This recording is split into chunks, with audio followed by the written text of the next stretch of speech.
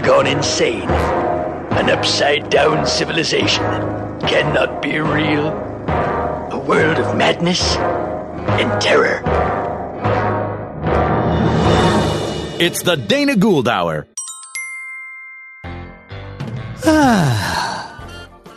Thanksgiving is over, and it's time for some holiday panic. If you're like me, it's time for planning trips, buying gifts, wrapping gifts, wondering how in the name of God you're going to pay for it all, realizing that you probably can't, and then throwing up your hands and deciding to get the old crew back together for one last heist. We have two amazing interviews this month. One of them, I'm not going to lie, it's a holdover from last month. I recorded it for Halloween, but realized that even for this podcast, a nearly 4-hour episode was probably pushing it.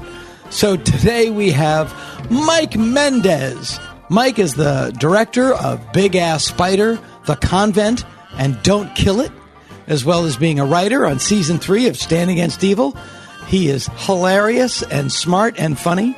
And with him is Axelle Carolyn. Axelle was one of the directors from Tales of Halloween. She also directed the film Soulmate.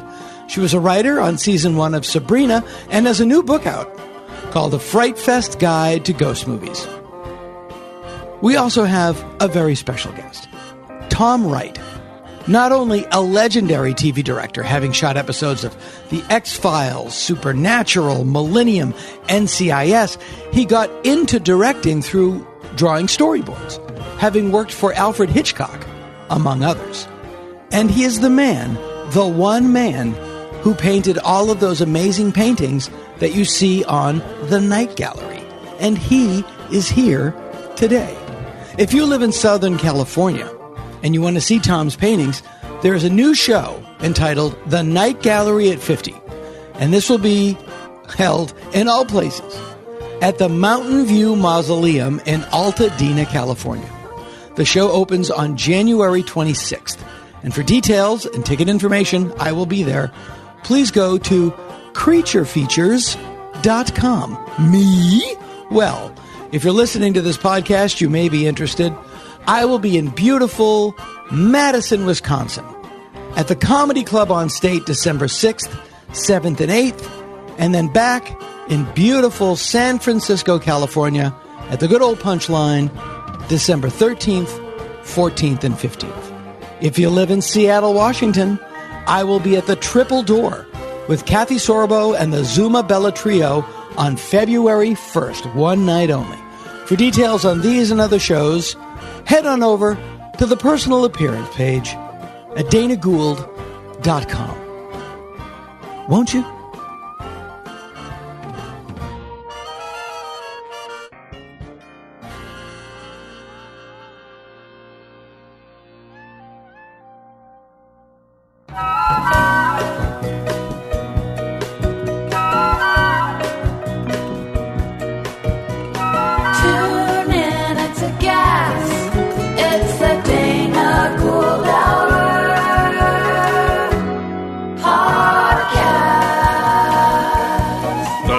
Gould Hour. Free and worth it. Settle back now, content, comfortable, well-fed, and ready for some fine entertainment. Is everybody happy? Then let's go. It's showtime.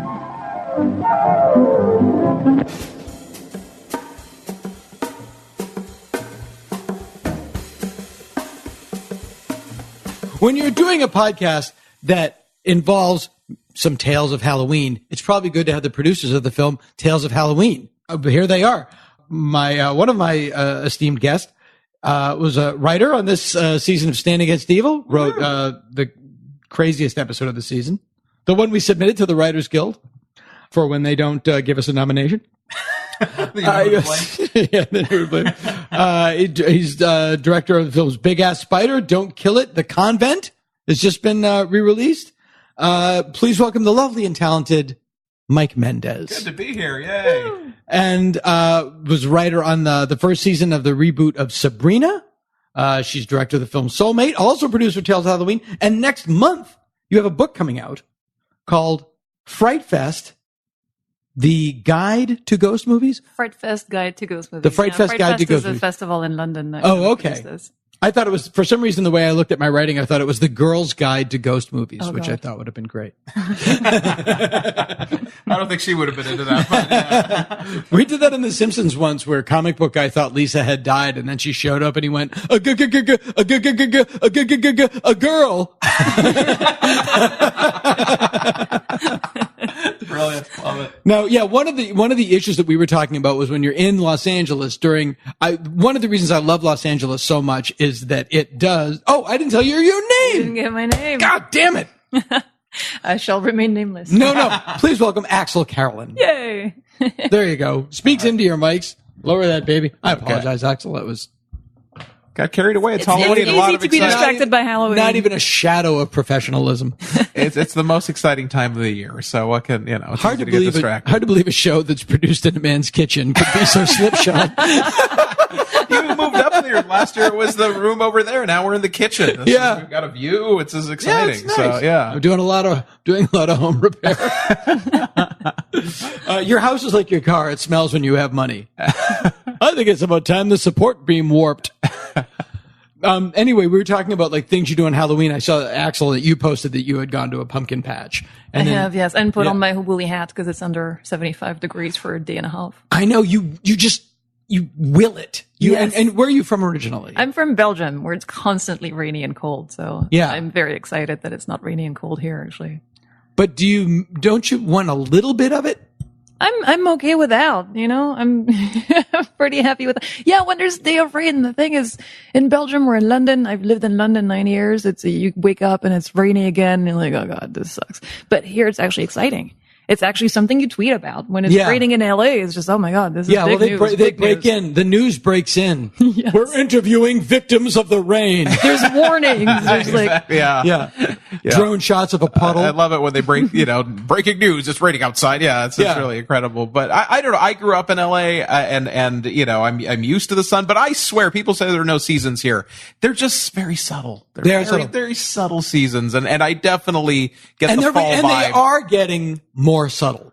Right. Yeah, maybe. Yeah. I've noticed it. I moved here in '89, and I've noticed that. I don't know with global The winter warming. seems a little less wintry. I can't put that into the equation, how that's changed things, but but things get overcast. There is a little bit of, fall leaves, a little bit, but it's crisp and cool in the morning. Yeah, totally. And I then love it's it. crushingly hot in the day, and then and it's crisp and cool again at night. Yeah, totally. Yeah. You wake up, it's like a horror, like you wake up in the morning and it's that opening scene of John Carpenter's Halloween. It's overcast. It's Absolutely. That's the definition gray. of Halloween, and also Yeah. shot in Southern California. Then afternoon, it's the first 30 minutes of Planet of the Apes. You're just walking through a blazing, remorseless sun. Yes, totally. And then at night, it's Escape from New York. If you're in downtown, A yes, lawless yeah, hellscape. Something, lawless hellscape.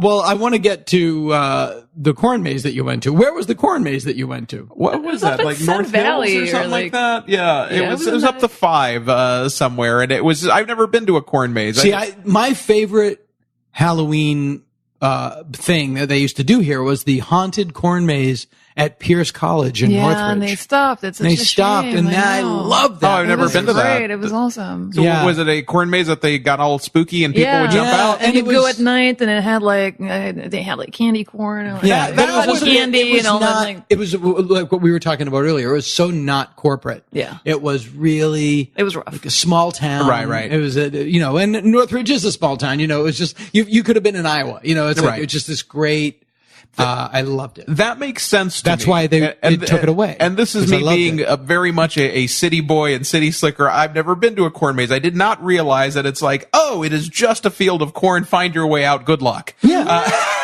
Well, there Yeah. were clues and things to solve, and it was fun. It was Yeah. fun. And you had a Well, map. That's exciting. there- I've never had a corn maze for which you had a map. Wait a minute. Oh, no. So that was, if you went up the 5 and it was a corn maze, that was Simi Valley.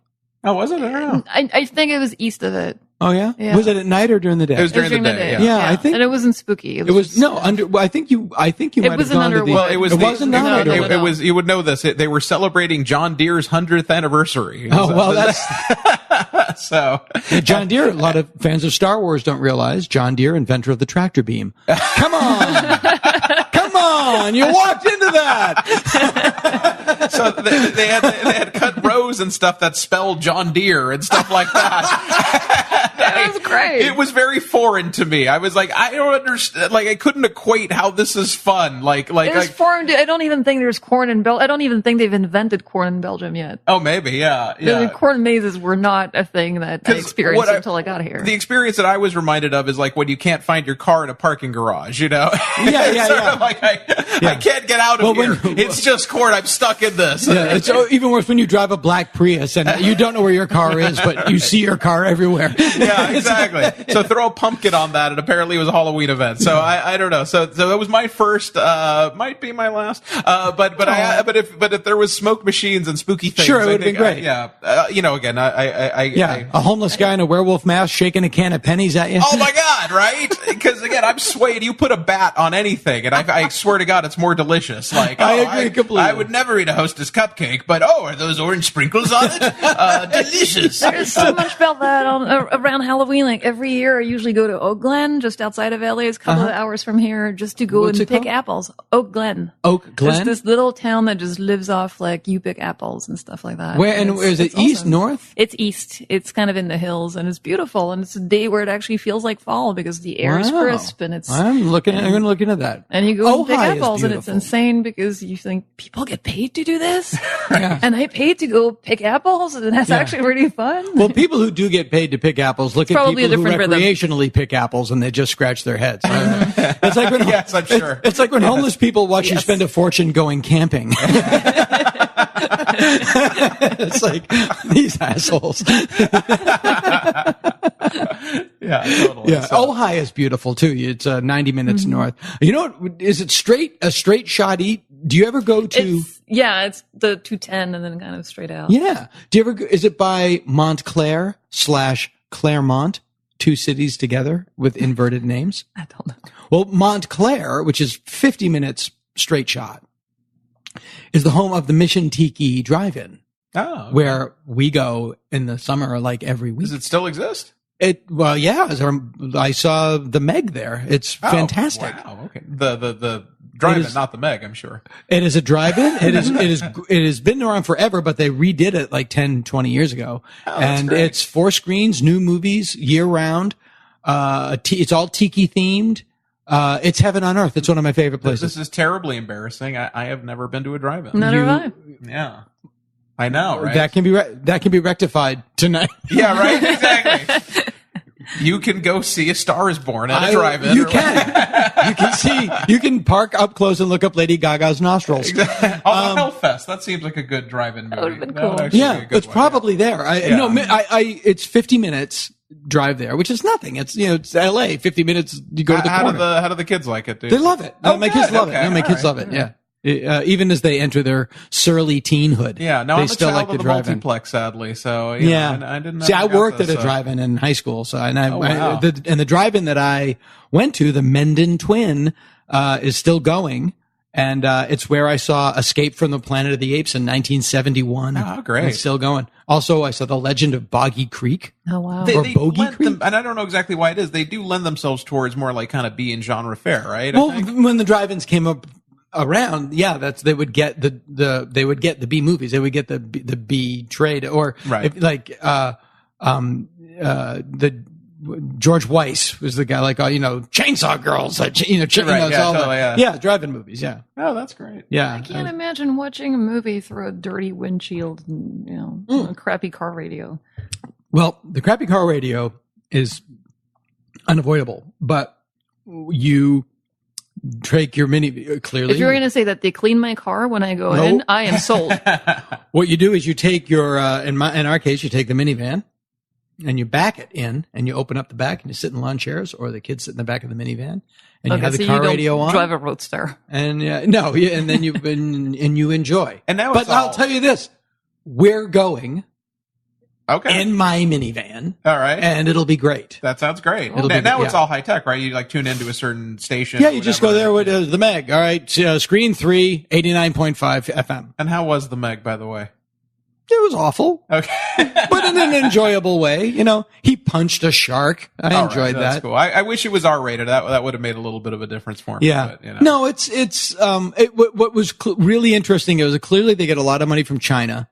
And they had to put in, like a lot of, China content or like Asian content for that, market. Okay. Is the shark Asian? I mean, how does no, that... it comes up, it terrorizes, I think, Hong Kong or Taiwan. Like okay. And there's a giant, Chinese, movie star whose command of English is good, but her command of acting in English is not good. Gotcha. Okay. Soon we will all be dead because of the Meg.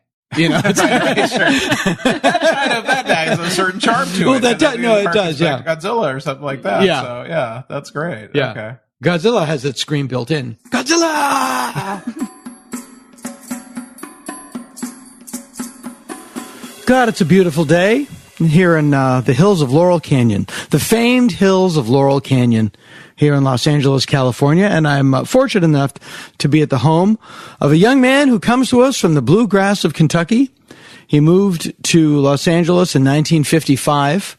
So I'm guessing he's seen more than his share of really good concerts.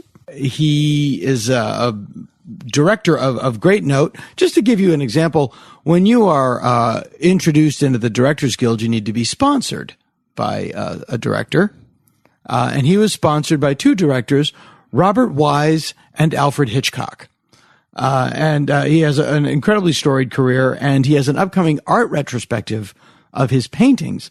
Where we're going to start our conversation is, in addition to being a director, he also is the man who painted all the paintings on Rod Serling's The Night Gallery.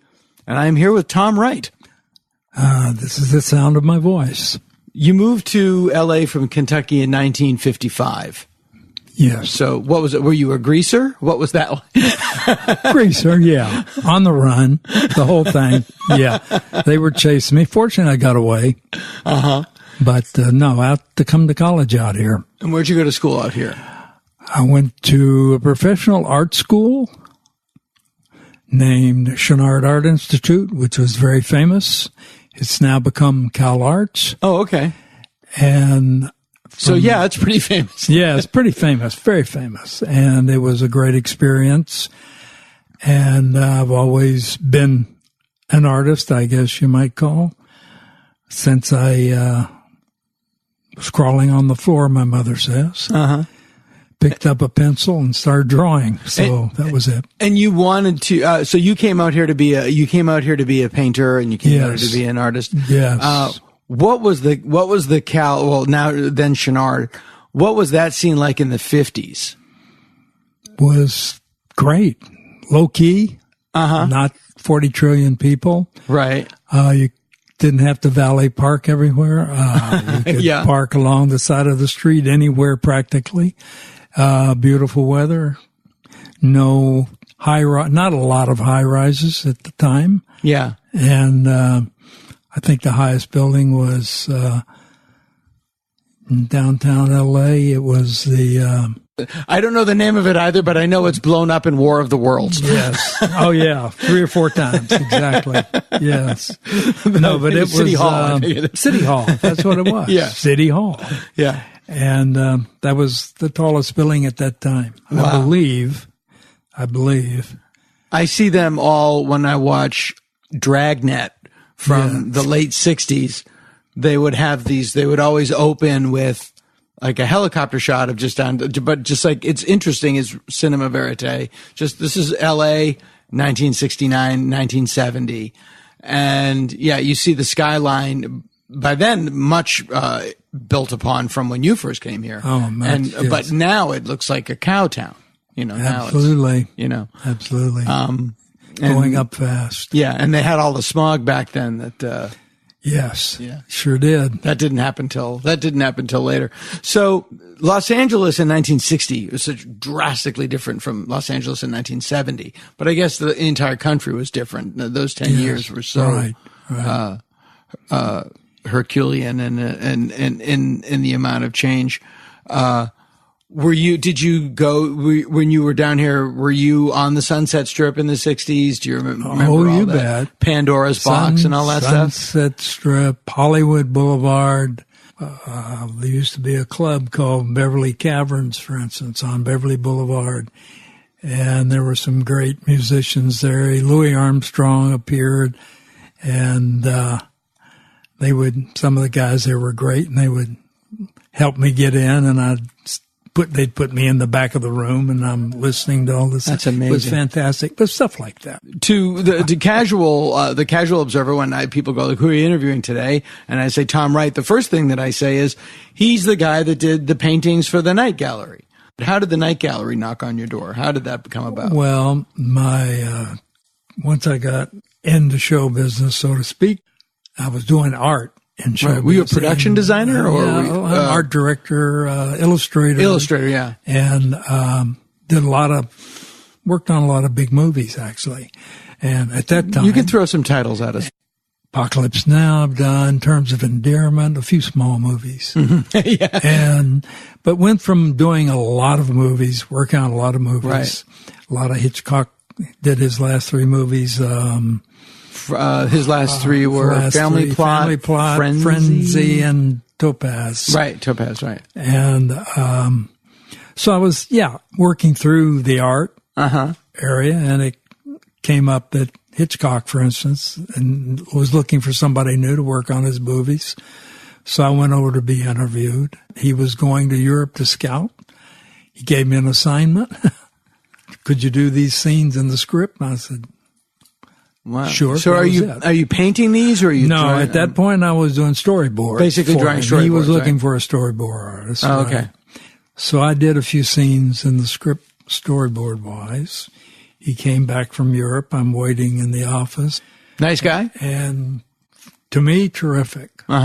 He eventually, along with Robert Wise, sponsored me into the Directors Guild. Because as I worked on his movies, he gave me more things to do. Right. Totally. Like directing second unit, directing action sequences, even though I did a lot of action sequences on other movies. Right. Like Beverly Hills Cop and movies like this. But, so it came a point, he said, I think it's about time you got paid real money for doing this, like the directors do.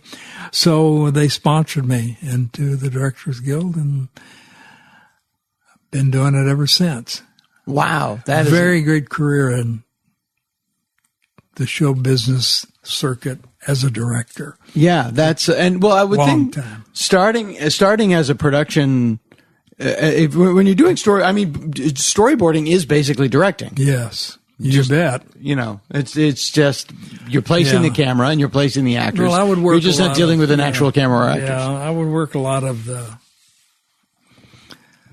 camera work out on a show for the directors. Right, and just break them down. Herb Ross I worked with, and Jim Brooks, and Francis Coppola, Hitchcock, Bob Weiss. We've both worked for Jim Brooks, though, so there is a connection there. Yeah, I was running around The Simpsons for a long time. Yeah. So, okay. Right, yeah. Well, I did Terms of Endearment with him, and which was a great experience.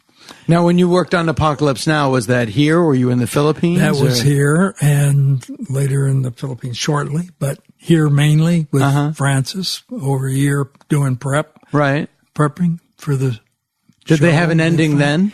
Yeah, it was a different ending then. What was the basically ending? A different script. Well, the ending then was when Willard gets Kurtz back onto the boat to bring him back, because Kurtz has been wounded in the big firefight at the end. Yeah, the big firefight at the end. And Willard gets him into the boat and brings him back, and then he dies back. Oh, that's interesting. Here. But it was totally different. Yeah. Than it ended up, but it was still one of the best movies ever made. I agree. And I'm not sure if that would have been I would have liked to have seen that ending. Well, it was similar in a lot of respects. A lot of the river stuff was similar, but it sort of picked up once Kurtz became a different person than was originally in the script I worked on. Right, he was frail and he was a tough guy. He was strictly military, and Yeah, Marlon brought a whole different sort of he did. He brought a thing to it, but it still was a great movie. And it's one of the pillars. Yeah, it's one of the absolutely. And there's an interesting story about the ending of both. Like, you can say that Kurtz, he was a messianic leader, but at the end of the day, they're all small men. At the end of the day, they all get old, they all get frail, they all lose power. Yeah, and they all die.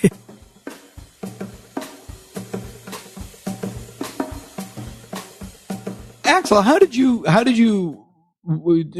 you grew up in Belgium? The only town I know is Antwerp.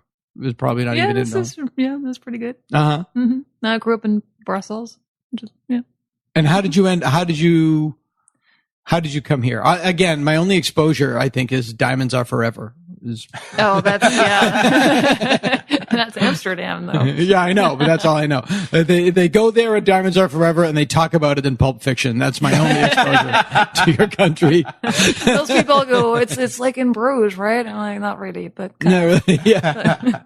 I don't know. What would you like to know? Well, how did you you're a big horror movie fan? You're a big were you in love with American cinema and you said, I gotta get out of here, I gotta go to America? Like, I guess I kind of did. Yeah, I I mean, I grew up watching like everybody kind of Disney cartoons and stuff, and anytime there was a skeleton or a ghost in the cartoon, the value would just go up for me so much. It would be so much more entertaining. So I very early realized that this was my jam, and so I saw pictures of horror movies in magazines, but I wasn't obviously allowed to watch anything. But I would cut out we'd get the TV program, and there would be a horror movie, so I'd cut out the picture, and then my mom would be like, "Where's the picture gone? Like, what was on TV tonight?" I was, "Oh, I don't know. I had nothing to do with me." But yeah. They would never let me watch anything, and I'd hear my cousins would talk about how great Hellraiser was and stuff like that, and I'd just be like, my God, this seems so great. And then I started reading books, and like horror books, because you can't stop a kid from reading books, right, really. Yeah. And that was my exposure to horror more than movies, really. So it wasn't really American culture. It was kind of more... Did they show horror movies on Belgian TV? Was there Belgian TV was not really a thing. Like, we had... Belgium's kind of divided between 3 different languages, and I only spoke one at the time. Uh-huh. And so which was French. Mm-hmm. One of the languages didn't even have its own TV station. So we had like... What are these? These be French? And Flemish, which is Dutch, basically. Yeah. And it's, so you had one channel for each language. So you basically had one, national TV channel. So watching a movie on there. Yeah, at some point they showed all the James Bond movies. I guess that was good. Right. And we had a good 3 months. But otherwise, there wasn't much to be watched there. So, but then we got a VHS, like obviously. Another documentary on butter cookies. Pretty much, yes. Yes. But yeah, then I got my own TV when I was like way too old to start discovering this kind of stuff. Like, I was like 17 or 18, and that's when I really got into horror movies. But by then I'd almost kind of decided that this was what I liked anyway, even though I've barely seen any. Yeah. So you didn't even get to start seeing them until I didn't get to start seeing them proper. I saw every once in a while I would get the chance to see something, but I was deeply into horror fiction and books. And so I kind of knew that this was what I was going to like. And when I started being able to watch those movies, I would watch 4 or 5 movies a day, and it would just be wonderful. How did you end up coming to America? Yes, that was your question. I first moved to London. When I was studying, and then I stayed in London for about 9 years. And then I visited LA like 10 years ago. And I'd met Mike briefly at a festival in Brussels, because there was a great film festival there. And then through Mike and a couple of other people, I just met this whole horror community of people who just love the same kind of stuff that I do. So I decided I should move here. She found her kindred. That's a great feeling. That's only 5 years later to get the visa. Only 5 years for the visa. Well, we try to make it really easy. So yes. Yeah, clearly, obviously. Yeah. So what did you do in London? Were you in school in London? I was in school for a year. I finished my studies there, and then I started trying to. Actually, I was writing for Fangoria when I was in London. Okay, because I'm wondering when you got out of Brussels, and when did you discover Famous Monsters? And I know it was gone by the time that you came of age, but did you go back on a deep dive back into I old did famous not because monsters? they were super hard to find. Even Fangoria at the got 'em time in my was hard to find. I didn't know your garage at the time. What was your first Fangoria? Like, what was I would your first assume, exposure? I was wondering that this morning. any young woman from Brussels Would know your wants- garage, would obviously. wants to know about Lionel Atwill. Actually, probably. I don't know. I was wondering that it would have been late. Mom, do you 90s think if for I went to sure. Hollywood, I could meet George Zucco? I don't know. But there were comic books or stores or something like that probably carried Fangoria now, or They ended up, yes, and you'd get Fangoria kind of 3 or 4 months late, and so I discovered Fango, but there were a couple of French magazines that had Mad to do with horror Movies, movies. Mad Movies, Les Grands Fantastiques were the two, and then I started writing for them too at some point, and that was really cool. No, when I discovered my first Fango, I was like, this is really awesome, and I got a subscription. I would get the magazines like 4 months after they would come out in the US, and those movies that they would talk about would either never get released in Belgium or get released like years later, or it was a bit of a strange kind of time zone. And you don't have Halloween in Brussels at all, do you? No. She was the only one celebrating. I it, was, actually, yes. But that's a great question. Did you know about Halloween, and if so, how? Yeah, I found out about Halloween because there were lots of, I remember posters advertising for one of the Halloween sequels. And it was called Halloween. Right. Obviously, they didn't translate the title because they didn't make up another one, not that I know anyway.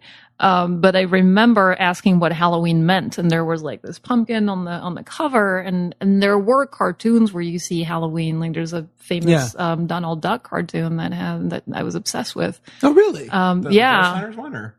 It's no, it's based on I think Carl Barks comic books, and it's So where Donald Duck's dressed like the devil, is that? the three nephews. That's a dream. Dress up. Sorry. And they end up kind of, Fantasy I had. Sorry. every time they knock on the door. It's the only thing that gets me there. Like every time they knock on the door, Donald plays some trick on them, and then they come back and they've brought witches and skeletons and stuff. Is it a Huey, Dewey, and Louie one? Yeah. Okay. Yeah. Barbara, my girlfriend, is an editor on DuckTales. Oh, how fantastic! nice. That's great. And, but here's the weird thing. Barbara is an identical twin who has triplets.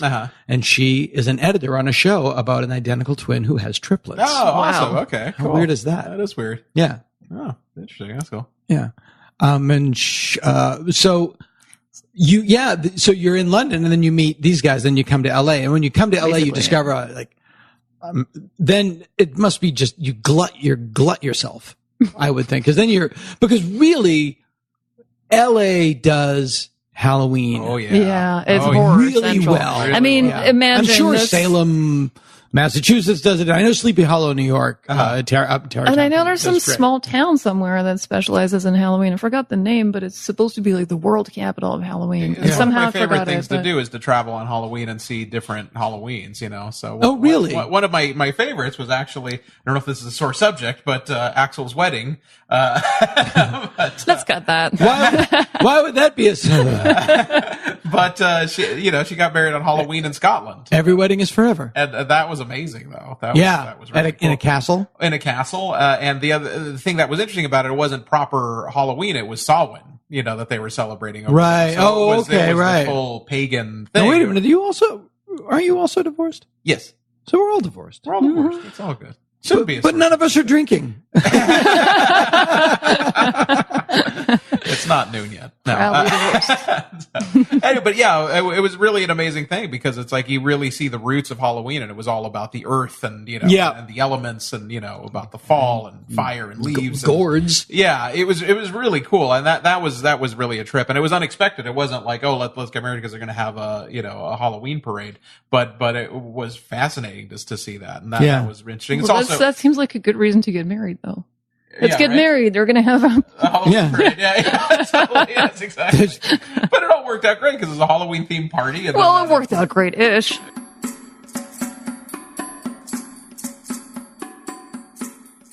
You fell into, directing, in the way I actually fell into being a writer. It was hard to get anybody to believe you that that's what you wanted to do. And they go, what are you crazy? What do you want to do this for? You got a perfect job. Right. I've been asked that too. Why do you want to do You've that? heard that, right? Yeah. But why do you want to grow? Yeah, exactly. But it finally happened, and it happened through a good friend of mine who sort of I worked off and on with for a long time. Tom, what are you doing? And the last one he made, when he finally gave me shows to direct. Right. He knew I was doing it because I've been doing second unit and stuff. And he called and said, I'm doing a new series over here. I want you to come over here and direct these. And it was the second rotation of Rod Serling's Night Gallery. No. Twilight the first Zone? one. Yeah.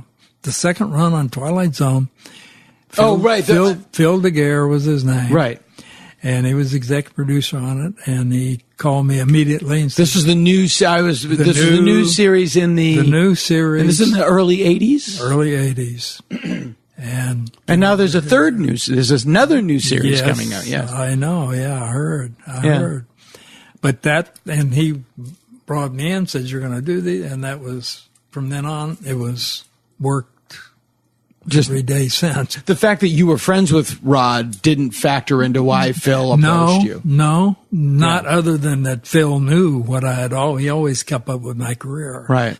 Done a few hundred of those now. Because one of the big shows I do now for years, for 16 years now, is NCIS. Yeah. And those just keep going. They're still going. I just finished one.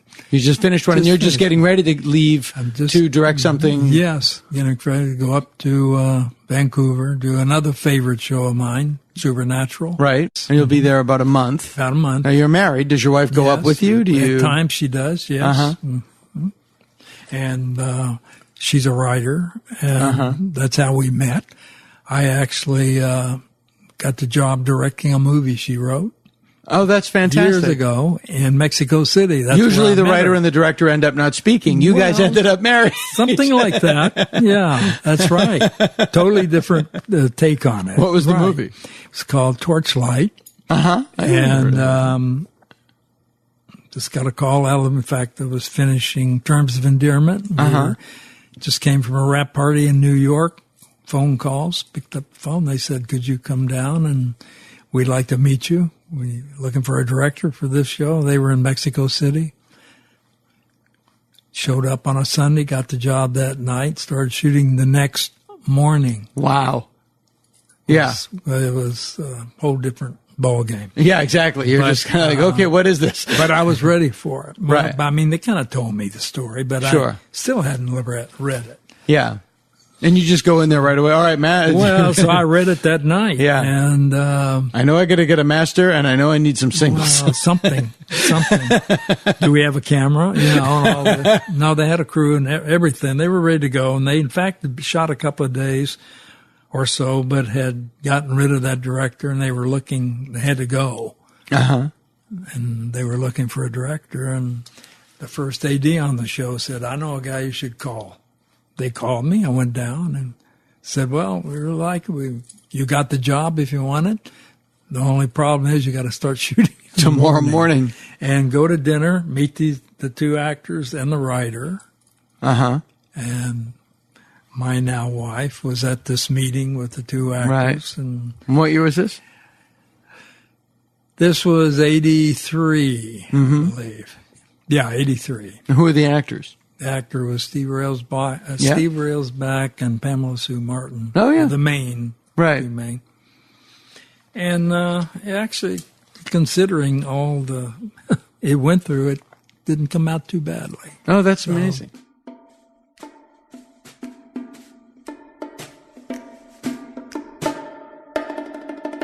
I've done Halloween in New Orleans. That's annoying. I would think that would be redundant. Yeah, it's a little too much. It's just too crowded. It's like the West Hollywood Parade or something. Yeah, like that, which is not. Tom Kenny describes New Orleans as Disneyland for alcoholics. Exactly. Yeah, very much so.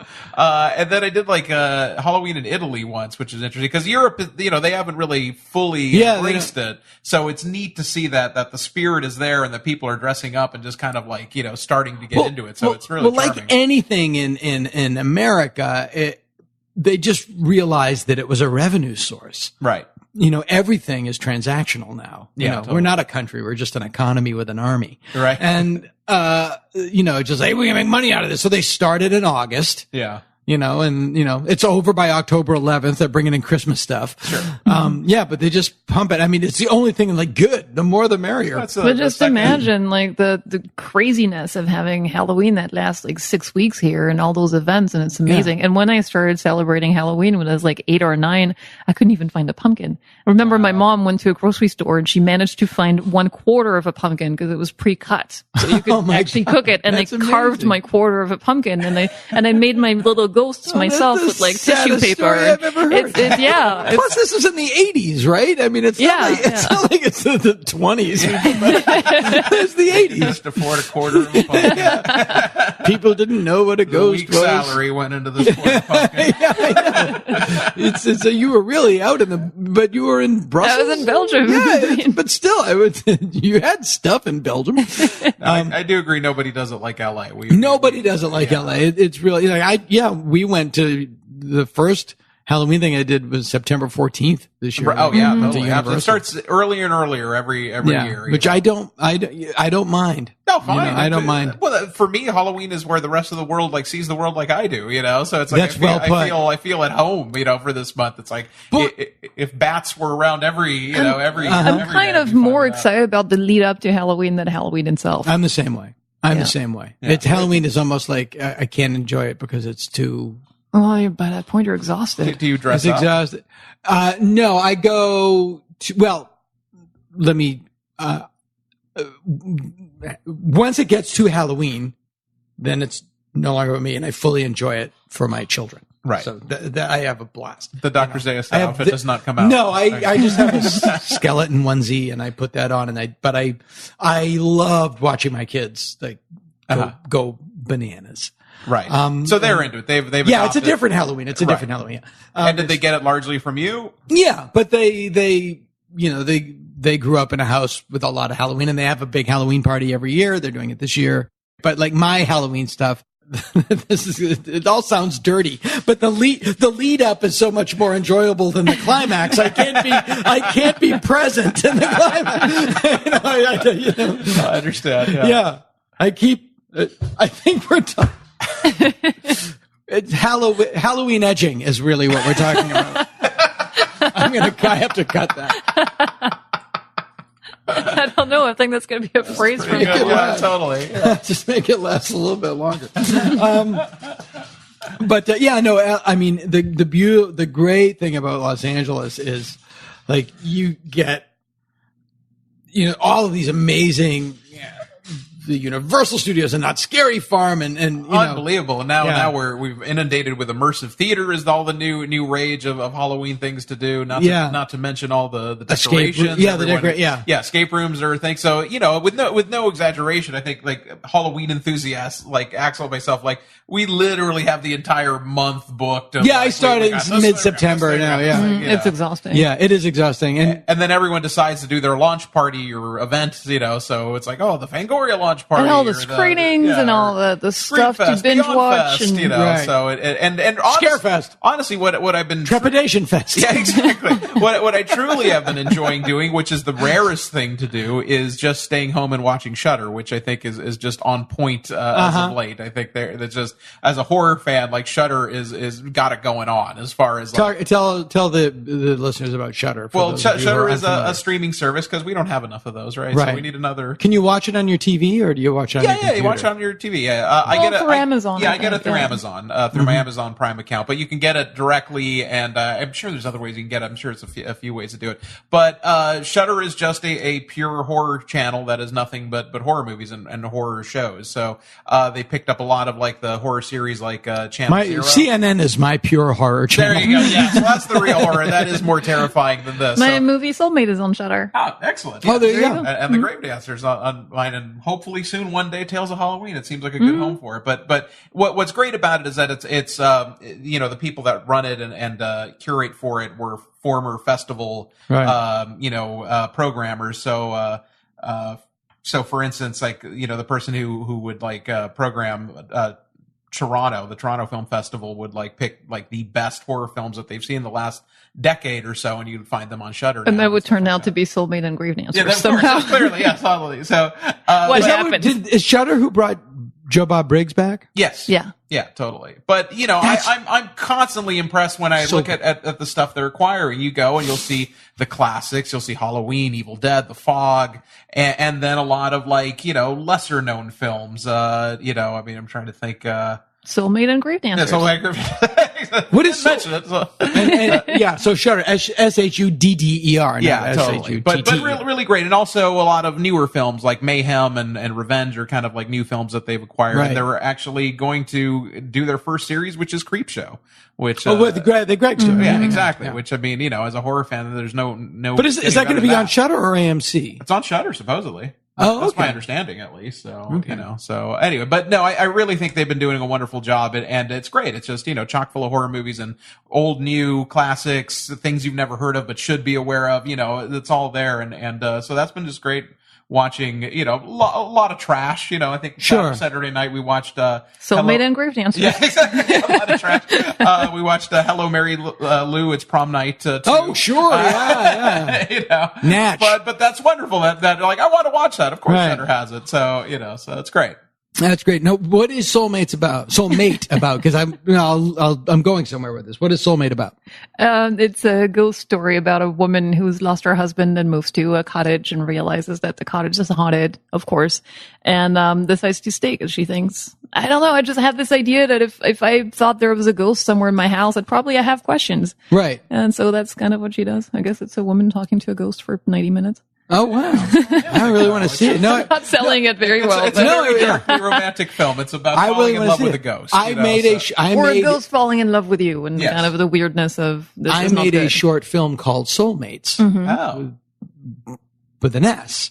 And it was a guy and a woman, and the husband, the woman dies, and the husband is so grief-stricken. His best friend thinks he's going to try to kill himself, and he's not, but his best friend like violently dissuades him from killing himself. Stop it! I'm not trying to kill myself. You're going to live. He violently beats him up, but he convinces the guy to live a long life and a full life, but he doesn't realize that they really were soulmates and that she couldn't move on until he also died. Oh man. So she's just in a waiting room. That's kind of adorable. Real pick me up. Yeah. Hard to believe it didn't work. All right. Was it like a feature script? Was it short? No, it's just 5 minutes. Oh, okay. The whole funny, it was really funny. David Koechner beating up Paul Greenberg. Like, just like, stop it.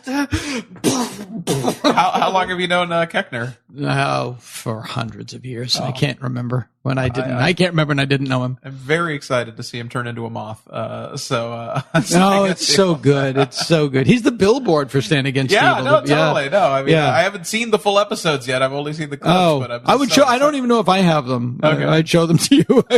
My favorite episodes this season are the Godzilla one for that one, and the Mothra. The fact that we got the fact that we got the Mothra twins into an episode of television.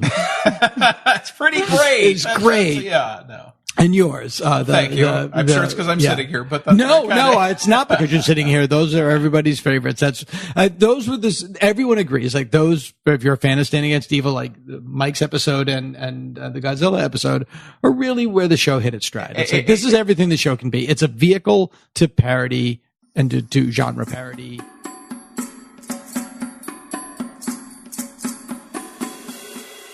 How did Rod Serling come into your life?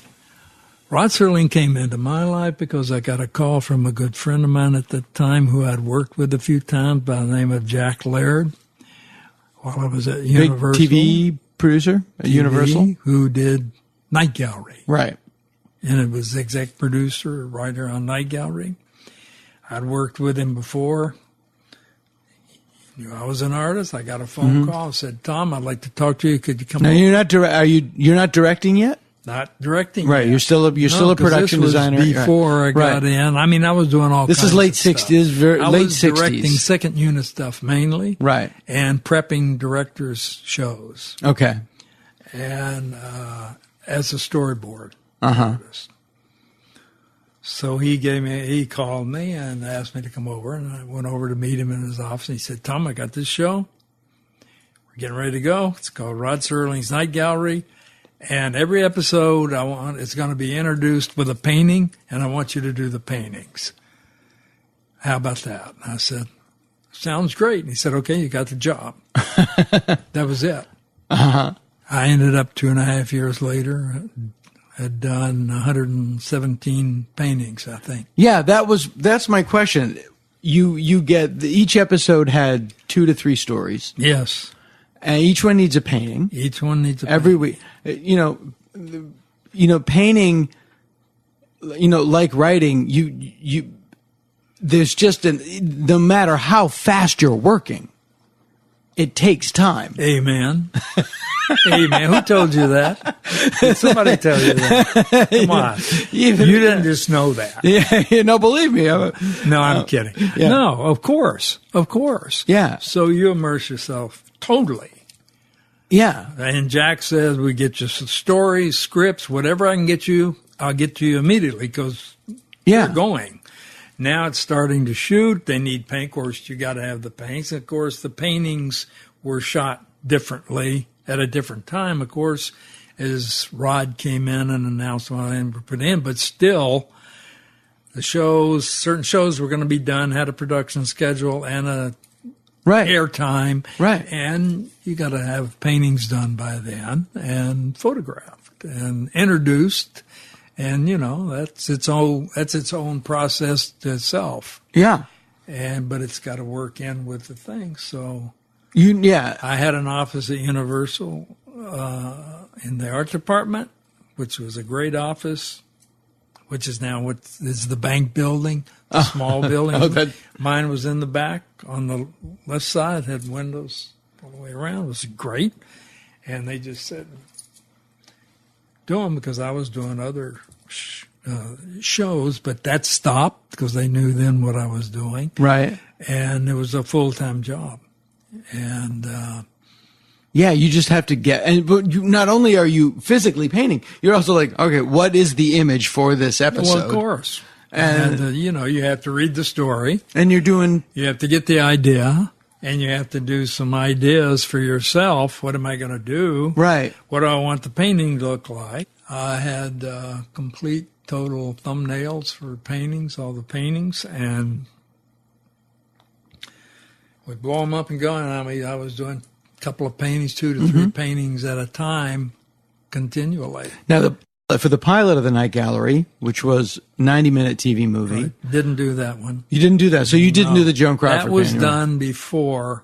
Right. That was the pilot. Then once they picked the show up, I was brought in. Then you were brought the in. Series and get in and do them. Mm-hmm. So, and that was it. No, I didn't do those. So. Right. But I did paintings, the lead in. I designed costumes. I designed monsters. I did paintings they needed sometimes that the artist in the show had done. So it was, Night Gallery was a full-time job. Yeah, you were a giant part of the production. That was a full-time job. Now, Rod Serling was the exec producer of the of the Twilight Zone. Yes. He was not the exec producer of the Night Gallery. Correct. He was much more of a hired hand, although he did write scripts. And that wasn't always a harmonious relationship. Not at all. And, but, no, it wasn't. In fact. Yeah, well, it's hard to be the boss and then not be the boss. Well, and you understand it totally. And it was just sad that they treated him like they treated him. And what finally stopped Night Gallery was he walked. He just said, I quit, packed his shit and left. We'll go into that a little bit if you. Well, this is what I hear. I didn't see him sure. But you spent some time. He didn't spend great days telling me, here's what my problems are. He very, very seldom spoke to me about his problems. He would come to town to do the painting part of the show. Right, do the intros for the show. Intros. He would always take me to lunch. First time, take me to lunch. It was great. We'd just talk at lunch and different things. He was just really nice to me. Yeah. What kind of guy? What kind of guy? Good guy, suppose. Good guy. I mean, to me, great guy. Yeah. And he had some interesting stories he would tell, just bits about this happened. Oh, Yeah. I was doing that, like everybody. Yeah, well, he had a very storied life. He was terrific. Yeah. But he would always do that when he came to town.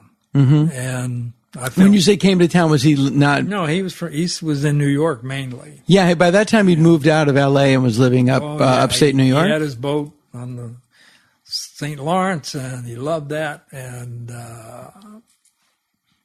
he wrote, I don't know, all the different places he stayed to write. Well, he was a teacher at Antioch.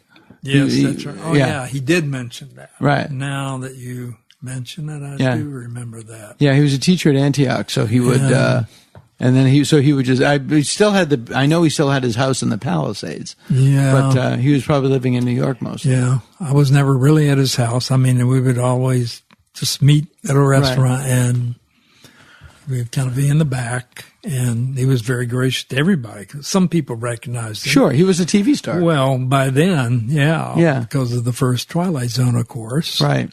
And he did it, and people forget he did a million TV commercials. Yes. He did for stuff that nowadays you think, really, Rod Serling? And I remember because I was a kid, Mop and Glow. he did. I guess. Yeah, no idea. He did. Did he? I believe it was a GAF flooring. He did a lot. Yeah, he did a lot of just. Well, I just know it was great when they'd come to town because we would have that lunch together, and then I would see him on the stage when they're shooting some of the intros. But I was busy also, so yeah. People don't realize production time stops. It's like it's like, how long were you down there? 6 weeks. It's just one big day. Yeah, it is one big day. Yeah. I never know what day it is. Yeah. Really. Yeah. And I guess that's one thing that the phones do, the only thing I like that they do, but they can tell me what day it is. Yeah. And because seriously, I mean, you're kind of joking, but I'm doing shows sometime and I get up, you go. You have no idea. 4:00 in the morning. Right. And you're on the road, you're going to location or the studio, wherever you're going. You do your day, which is long days. Yeah. Come back. Boom. Collapse. Make your notes. I like to make my notes at night. Before I go to bed, so I don't have to do it in the morning when I get up. Right. And then I usually, once I get to the set, wherever it is, I'll go through my stuff, and then you get together with your AD, and you start going through the day. Right. But you've already got the schedule done anyway, and it's just boom, never stops, and which is great. I would love it that way. That's why I like doing television, actually, because you go in, you shoot, you finish it, you cut it, it's over, and it's on the air, and you're gone, and you're doing another one. And you actually see it instead of 5 years later. 5 years later, maybe it comes out. if you're lucky. Yeah, and work keeps you alive. Yeah. It keeps you going. No, I love what I do. Yeah. I really love it, and I'm really important. fortunate that phone keeps ringing. Folks, it's really delicious, and we know you'll enjoy it too. At our refreshment stand, you'll find these pizza pies, freshly baked to your order. Make sure you get yours and enjoy it now.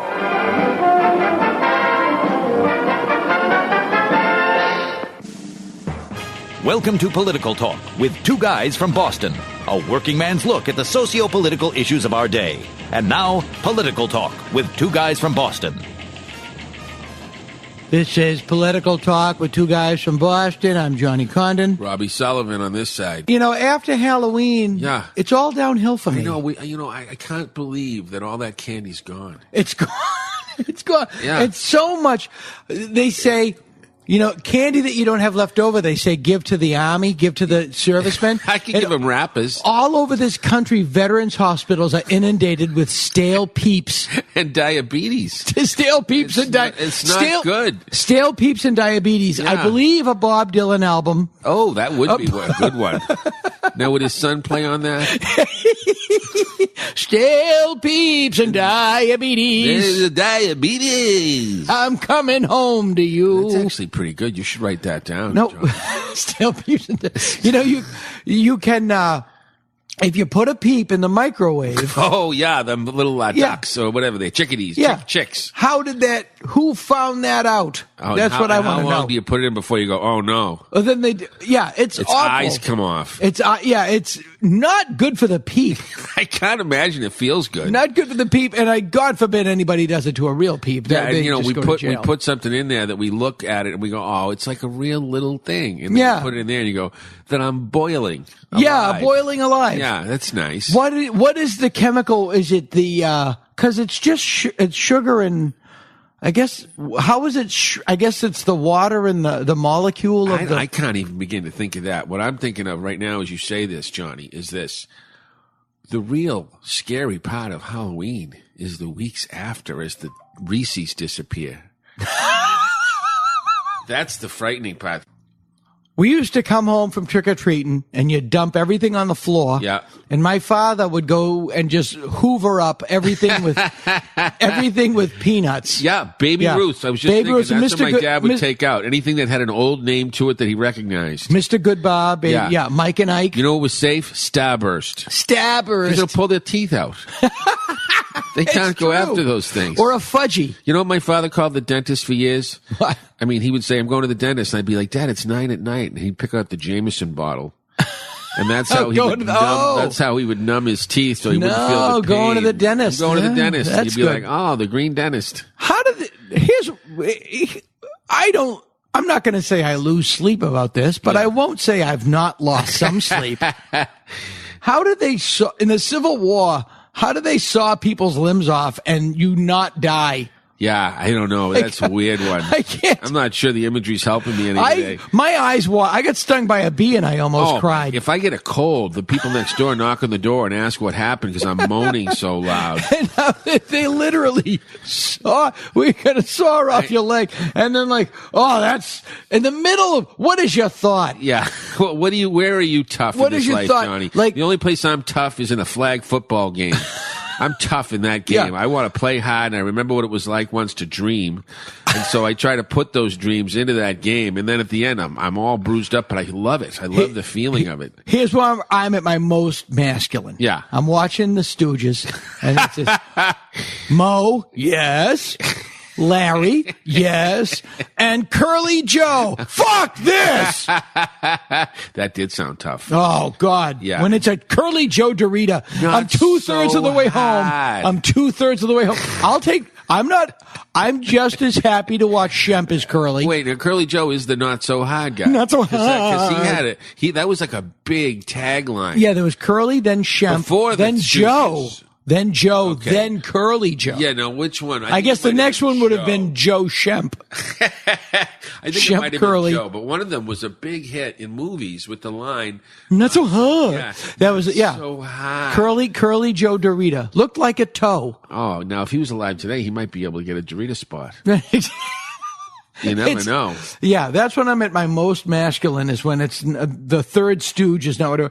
And you must, Larry and Mo must have been like, it's always the Curly, then Shemp would go, then Joe, then Joe. The third stooge is like the drummer in Spinal Tap. There's some horrible. Well, what was the show? It's with like being John Ritter? It's like being Jerry Lee Lewis's new Or fiance. the John Ritter show, the one Three's Company. Yeah, the one where it's Three's Company, but when they got to a third girl, it was over. Yep.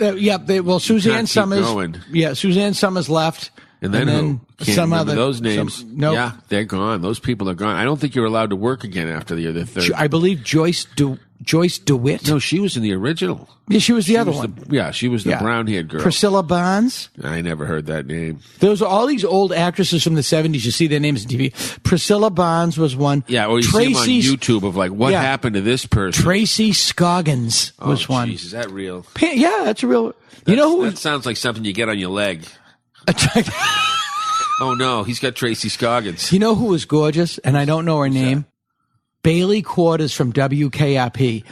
Yeah. This is when I knew I was not like every other kid. Because every other kid wanted the blonde, wanted Lonnie Anderson, and I was like, no, I want Bailey Quarters. I wanted to keep her glasses on. Yeah. And I wanted to pull my hair. I didn't know why. I was 11. I also liked Mindy, and no one else seemed to like Mindy. Oh, Mindy was gorgeous. I thought she was cute. I think Mindy she was cute. upset that Mork was funnier. I think she was upset that Mork was funnier and apparently on his own weight in cocaine. But didn't that drive the show? I think it did. I think it really was the reason the show's jokes were funny. Because I watch it now and I'm like, wow, he's going 100 miles an hour to hide the fact that there's no real jokes. There's no jokes. Also, I wonder, like, no one ever turned that, what is Mindy up to today? She should have worked again. I would have watched. I mean, you know what? I think she was on a really, really very special episode of Love Boat. Oh, really? Yeah, of course. That's about it. Her last name was Dauber, which is what we used to call a cock. Is that right? Oh, my Dauber. Oh, yeah. I do remember that. Yeah. I didn't even know that's what you meant, though, at the time. Yeah, and I wonder, like, when you come up with a new nickname for your cock, do you have to go to, like, the Library of Congress, fill out an application? We think we have one. Well, my mother... We'll bring it up to write it out, fill out the form, and we'll bring it up to the board. My mother got sober and asked me, oh, Jesus was there Christ. anything that upset you How did that not about kill her? your childhood? And I said that you made us call it tinkle. Tinkle? It's the only thing I come up with. Like, I'd go to school and I'd say, I got to, use my tinkle, or I got to go tinkle. And the teachers would look at me like, what are you, a child? Like, what are you, 2? Oh, what's worse if a girl called, like, take out your tinkle. That would just. I'd love to have someone. That would be a great, today. like a porn movie, I but don't with care what they call it. If they ask me to take it out, a porn movie, but with children's nicknames. Yeah. Oh baby, I'm gonna put my tinkle in your secret patch. I didn't even know was just thinking, theirs. if they're gonna have you take something out, why not call it a splinter? Will you take out my splinter? You dingle dangle. I don't know what they call it. I've never been inappropriate with a girl in my adult life, not one time. However, I remember as a kid grabbing a girl's wrist and trying to stuff it down my pants to see, if I could get them to do something. But by the time there's resistance, you realize, bad idea. Yeah, bad idea. Not good behavior. No, this isn't. I'm not actually behaving like my grandfather would tell me to. It's amazing how many people go through life without ever having that realization. I know. I got a lot of friends who tell me stories, and I'm like, what made you think that was okay? I mean, I was 12. It's awful. Yeah. I was flipping the channels, and I just came upon footage of snakes fucking. Oh my God! I was like, came upon it? Yeah. How do you get to that? It was Where'd it come? It was the snake. Let's just trace back the 3 things before that. It was on the snake fucking channel, so it would. Yeah. I bet there is one. Yeah. I'm sure there's some, but it was one. It was just, I don't want. All it said to me was more snakes, which I'm not a fan of. Right, but that's how you get them. Yeah. That's how more snakes come into this life. There's a thought. Oh, I'm pregnant with snakes. Oh. You remember when we were kids, there was that story about, like, the woman got a bump if you ever see a snake eating see a snake eating a pickle, it's like, she's pregnant with snakes. Yeah. No. Yeah, kid with a spider. That always scared the hell out of me. When I would get a spider bite, I'd be like, is it going to turn into that? Yeah. Am I going to have spiders crawling out of my face when I'm asleep and crawling all over me and doing it more? Or you get crime fighting powers. Yeah, this is really about Halloween. Halloween's freaking me out, and I really believe it's the too much sugar post-Halloween. Yeah, it's that November 2nd crash. Yeah, it's because you think this stuff's going to last a year. Where will I put it? I got to hide it somewhere. Oh, yeah. But I know where I hid it. We went to a house and it was these fucking Cambridge giving up granola bars. Saying, thanks for missing the point. Why don't you just give kids hand out scissors? Here's a toenail clipper. Jeez, man, that's terrible. Yeah. A granola bar. Or Nico wafers. Oh, you know what? Them were good when you didn't know there was other candy. That's the last time them were good. Yeah, Nico wafers in a mallow cup. Oh, yeah, them are good. What are you, 80? Yeah, Nico wafers. Remember Sky Bar? Yeah.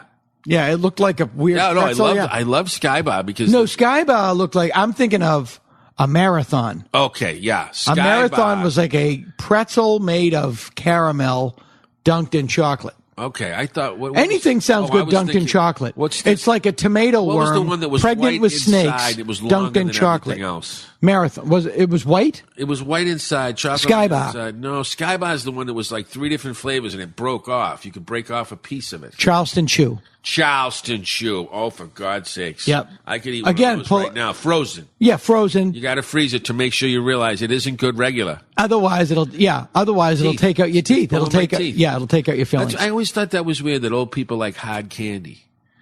Yeah. Like, why would they like hard candy? Well, I think it's because the chewy candy will take out their partial. But can you chew? I mean, hard candy, so the idea is this will last through my whole soap opera? I mean, I don't know. I think the theory is it's a hard candy. It takes I'm old now. It takes a long time to get it out of your mouth. And I think they think, well, at least I'll live long enough to get to the bottom of this root beer barrel. Because I'm not going to die in the middle of a candy. You know what's great about a root beer barrel is you can taste the shape.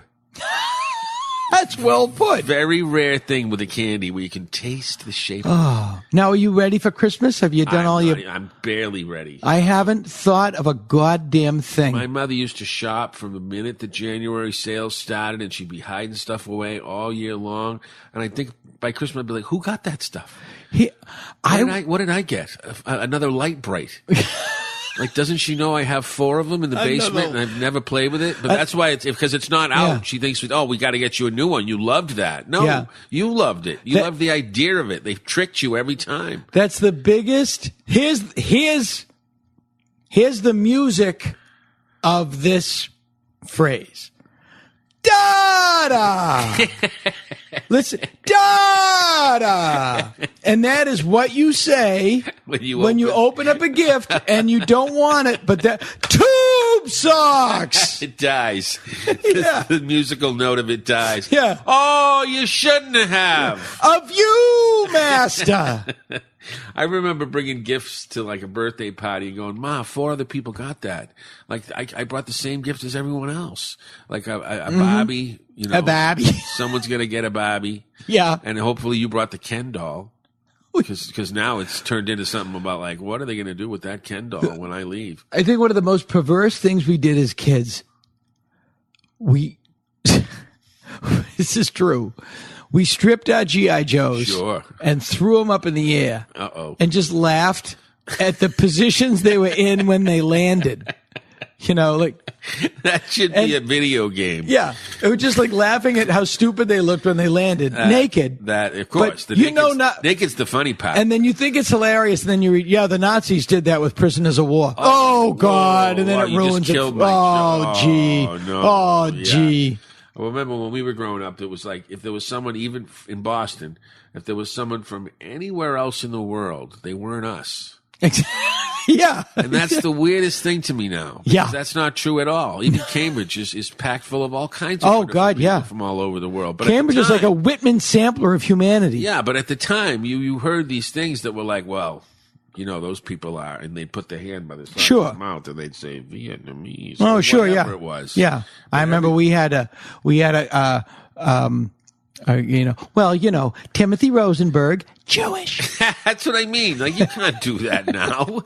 There's not, if we pulled up with a van full of people from anywhere in Boston, they'd be from all over the place. Well, I think that all different types of, I was going to say discriminations. That's not the right word. Prejudices, or just a non-tribal member. But that's perfect. It's all getting worse. Yeah. Well, the one tribe we're all on right now is the Red Sox. They won. I remember once my mother was in the hospital, and I called my father to find out how she was. Yeah. I called, my father picked up the phone and just said, instead of hello, I know you're an asshole because you're calling during the game. Oh, that's so good, though. She's fine, click. Oh, that's so good. I had to wait till the bottom of the ninth to find out my mother wasn't dead. When the game would last like 4 hours, some people were upset. To me, it was like an extension of loveliness. There's more time. Like, take off your watch. It's a baseball game. It's gonna go. And also, you got to go like this. I'm watching the game. It was 18. Not right now. 18 innings. As if I stop watching, something terrible's going to happen because of it, and you're going to be the reason I missed it, and you're going to be the reason the team couldn't focus because I wasn't listening. And there's also that you go to the meta place of I am watching people play a game. that I couldn't. There's other people that work, and then for relaxation, they play a game. That's right. I'm passively watching people absolutely play a game. Now, here's my question. What is the phrase of your father's that's stuck in your head more than any other one? This is the one that stays with me, and I still say it today. And when I do, I go, "Oh, I am my father." But he would say, "Don't sweat the small stuff." And the other thing is, it's all small stuff. Oh, your father was a wise man. Well, that was a wise sentence. The one I remember the most, my brothers and I were watching Saturday Night Live, the original one. Sure, the good one. The good one. And Devo was on. Oh, yeah, I watched that episode too. And my father walked. Yeah, they were playing Satisfaction in the yellow jumpsuits. Sure, jumping around. And my father walked in and looked at the television and said, "What are you watching? The goddamned asshole show?" And to this day, your father's awesome. And to this day, in his honor, whenever Saturday night, "What are you watching?" "The goddamned asshole show." Ah, I love Johnny's father. Political Talk with two guys from Boston. We're happy to have you with us this evening and want you to enjoy every minute of your stay here. And while you relax and stretch, visit our concession where you'll find something to please you.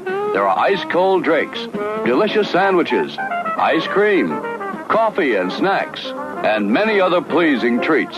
Our foods are fresh and tasty, our drinks satisfying and refreshing. They're so good.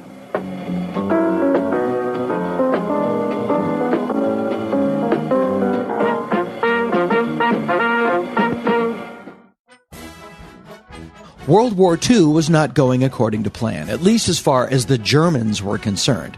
In the war's early days, in 1939, Germany and Russia signed a non-aggression pact, the Molotov-Ribbentrop Pact. It was created and signed by German Foreign Minister Joachim von Ribbentrop and Soviet Vyacheslav Molotov. The Molotov-Ribbentrop Pact stated that both Germany and the Soviet Union would respect each other's borders and that neither nation would give aid or ally with an enemy of the other.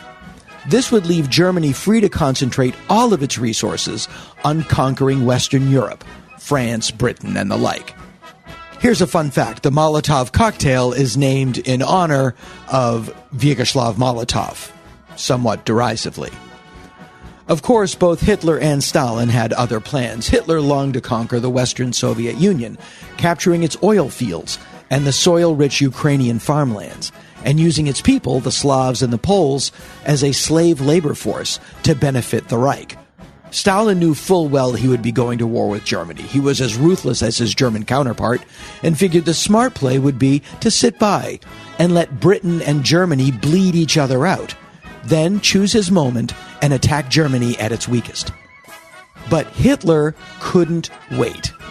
Although the non-aggression pact was agreed to in 1939, the German High Command began planning its invasion of the Soviet Union as early as the summer of 1940. And in June of 1941, the Germans launched Operation Barbarossa. Operation Barbarossa would come to require the largest invasion force in the history of warfare. Approximately 4 million Axis soldiers and nearly 600,000 German vehicles invaded the Soviet Union along a nearly 2,000-mile-long front. In its initial stages, German forces achieved major victories and occupied some of the most important economic areas of the Soviet Union, mainly in the Ukraine, and inflicted heavy casualties. They also sustained heavy casualties. The German advance was halted at the Battle of Moscow.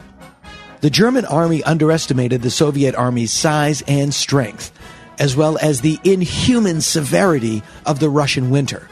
The German army was stopped, frozen, and then slowly beaten back. The failure of Operation Barbarossa proved a turning point in the fortunes of the Third Reich. Although World War II would drag on for 4 more hellish years, by 1944, the writing was on the wall. June of 1944 saw the D-Day invasion, with 155,000 Allied troops landing on the beaches of Normandy in German-occupied France. In the north, the Soviet army was now on the offensive, pushing through German-occupied Finland, heading towards Poland, and then on into Germany and into Berlin. Just 1 week after D-Day, Hitler commenced showering London and southern England with V-2 rockets, or flying bombs. The V-2 was a very early version of what we now commonly call a cruise missile. But it was the first one of its kind. It was very new and very terrifying technology in 1944. And brutally effective. Thousands of British citizens were killed by V-2 rockets. And it's also important to remember, these missile attacks had no tactical significance. They were simply to punish, murder, and terrorize the British people as the Allies get closer and closer to winning the war. Now who, you may wonder, invented such a terrible instrument of destruction? Werner von Braun attended the Technical University of Berlin and was a big fan of an American physicist named Robert Goddard, credited with, by and large, inventing the liquid-fueled rocket. Von Braun and his team would frequently contact Goddard and consult with him as they expanded upon his work. This began around 1936. Now, later in his life, von Braun would say he was forced to join the Nazi Party in 1939 as Hitler consolidated his grip on power. But in truth, he voluntarily joined the Nazi Party in 1937, saying at the time that he was attracted to the National Socialist promise to relieve the German people of the oppressive economic sanctions imposed on them after World War I. As for Hitler, von Braun said, quote, "To us, Hitler was only a pompous fool with a Charlie Chaplin mustache, another Napoleon, wholly without scruples, a godless man who thought of himself as the only God," end quote. So the National Socialists went along with Hitler because they figured that this boorish clown could help them achieve their political and economic goals. Good thing we've never seen anything like that again. Although von Braun was interested primarily in rocketry and jet propulsion, his expertise in this area brought him into the sights of the German army. The German army instructed von Braun to start designing not jet-fueled rockets, but jet-fueled rockets with explosives stuck on the top. Again, what we today call a cruise missile. Beginning in September of 1944, over 3,000 V-2s were launched by the Germans against Allied targets, first London, then later in Antwerp and Liège. According to a 2011 BBC documentary, the attacks from the V-2s resulted in the deaths of nearly 10,000 civilians and military personnel. Again, by 1944, Germany was set to lose the war. The V-2 attacks were just to punish the enemy for doing it. Von Braun's relationship with the Nazi high command was not always pleasant. He worked closely with SS General Hans Kammler, the engineer who constructed several concentration camps, including Auschwitz. Kammler had a reputation for brutality, there's a shock, and had originated the idea of using concentration camp prisoners as slave labor in the German rocket program. Some 12,000 concentration camp inmates died as a result of their forced labor in the German V-2 program. More people died building the V-2 rockets than were killed by them. Von Braun admitted visiting the plant at Mittelwerk on many occasions and called conditions at the plant repulsive, but claimed never to have witnessed any deaths or beatings, although it had become clear to him by 1944 that the deaths had occurred. Werner von Braun and Hans Kammler suffered an uneasy alliance, which brought von Braun under suspicion by Kammler's main sponsor, the SS Reichsmarschall Heinrich Himmler. On one evening, von Braun was at the home of one of his fellow engineers and lamented that they were still working on V-2s instead of on his true passion, a rocket that would carry a man into space. He also expressed his opinion that the war was not going well.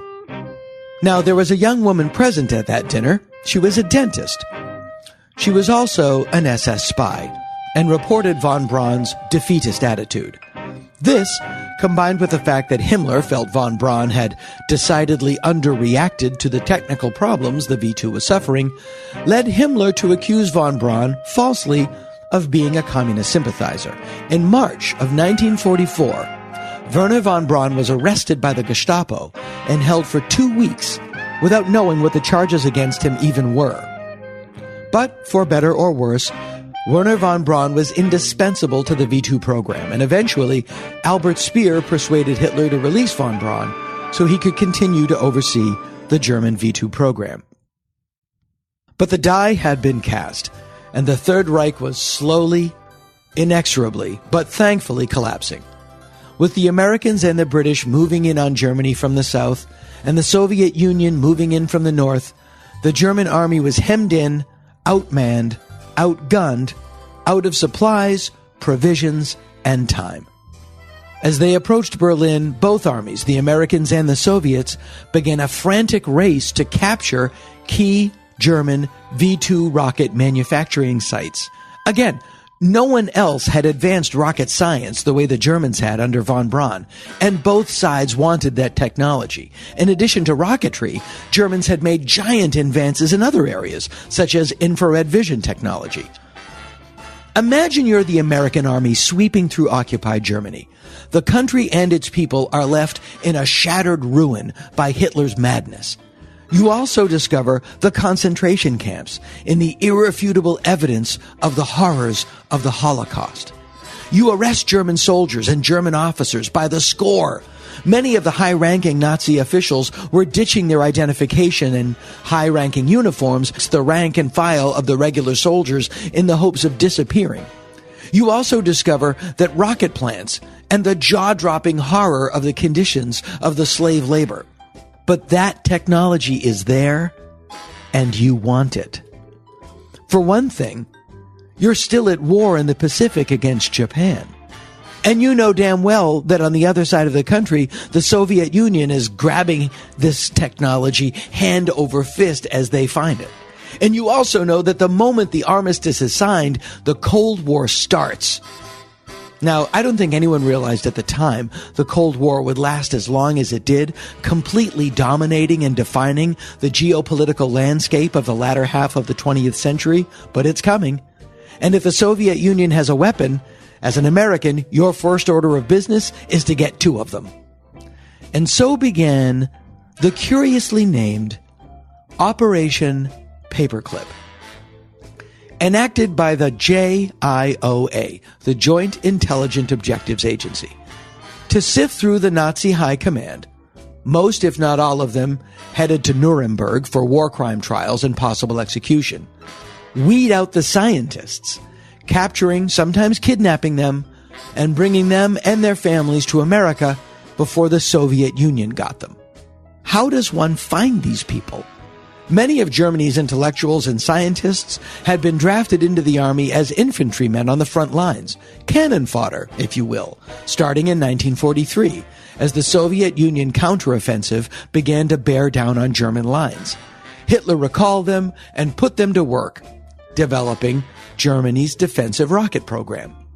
The list of the soldiers to be recalled was compiled by Werner Ossenberg and became known as the Ossenberg List.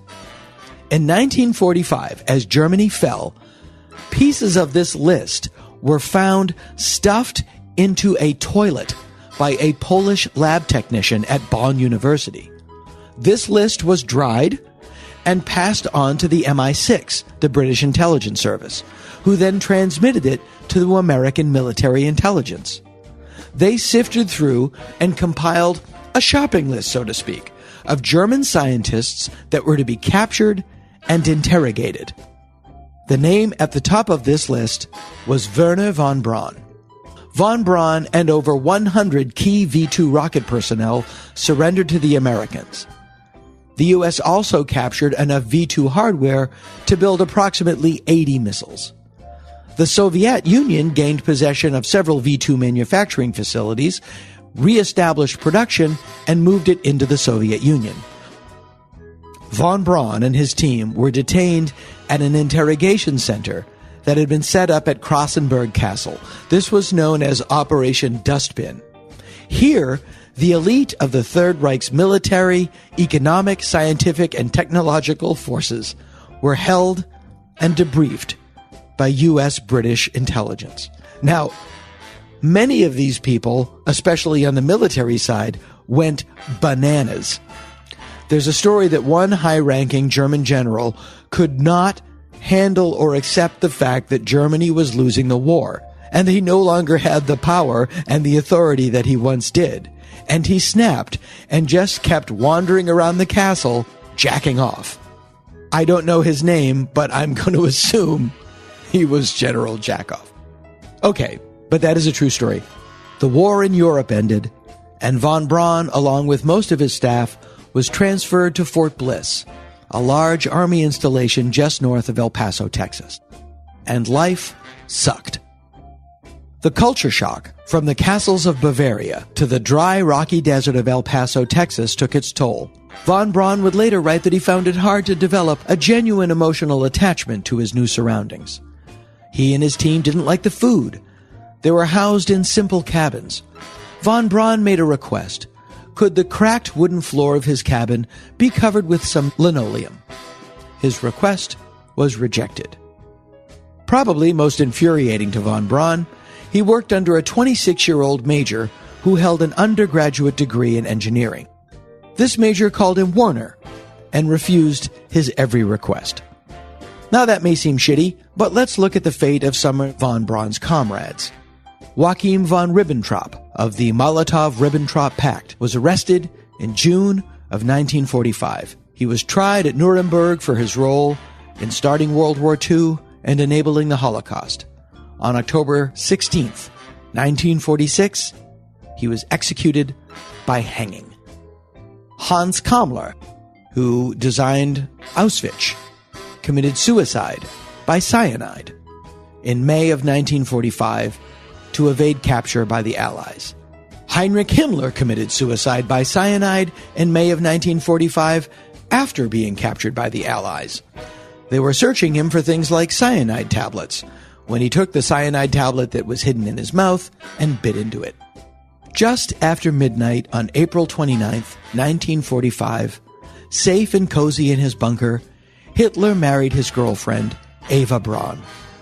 The following day, with the Russian army just 2 blocks away, Eva Braun bit into a cyanide capsule and Adolf Hitler blew his brains out. Hey, marriage is hard. In 1950, at the start of the Korean War, von Braun and his team were transferred to Huntsville, Alabama, where he would live for the next 20 years. Between 1952 and 1956, von Braun led the U.S. Army's rocket development team at Redstone Arsenal. This resulted in the Redstone rocket, which was used to fire the first live nuclear ballistic missile. But he was frustrated. His fellow comrades who had been captured by the Soviet Union, like Sergei Korolev, were plowing ahead, developing interstellar technology that would lead to the Sputnik satellite. The American press continued to harp on his Nazi past. In fact, in the film Dr. Strangelove, Peter Sellers was famously based on a cartoon depiction of Wernher von Braun. Although up until this point in his life, von Braun's work had been used almost exclusively for military purposes, von Braun's passion was spaceflight. In 1952, von Braun published a series of articles in Collier's magazine called Man Will Conquer Space Soon. These articles were illustrated by the space artist Chesley Bonestell and spread the idea of the adventure of space exploration throughout American culture. He pitched his idea for a manned space station that would serve as an assembly platform for lunar expeditions. Von Braun's description of what this station would look like and how it would operate was recreated faithfully in 2001, A Space Odyssey, oddly Stanley Kubrick's follow-up to Dr. Strangelove.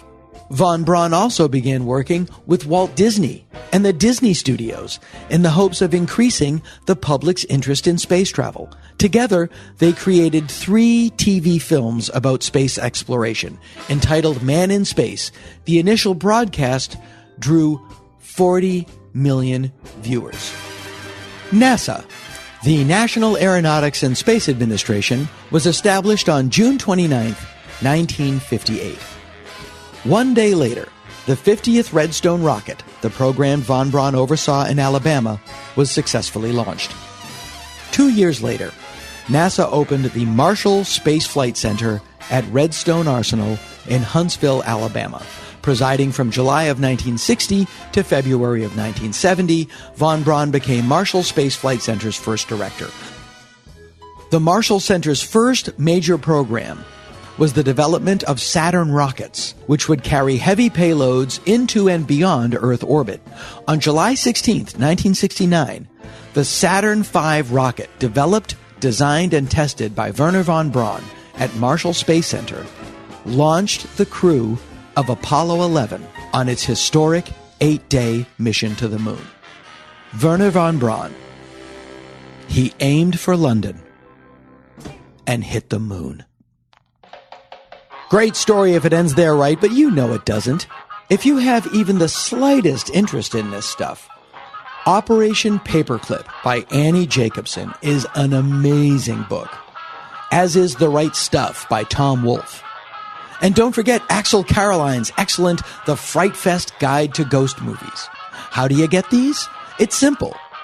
Toddle on over to danagould.com, click on our Amazon banner, and shop away. Also, my graphic novel, Planet of the Apes Visionaries, is out.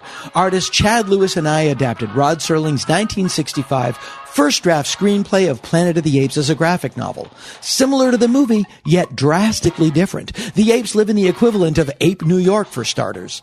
It's a great little read for Planet of the Apes fans, Rod Serling fans, or fans of yours truly. Or better yet, all 3. Anyway, go to danagould.com, click the link, and get yourself a copy. Signed copies also available. It's the holidays. We've also introduced our new Patreon feature here at the show, and I want to thank everybody who signed up. It really took off, and I'm very, very grateful. This podcast is unique, and so is our Patreon feature. We only do 1 episode a month.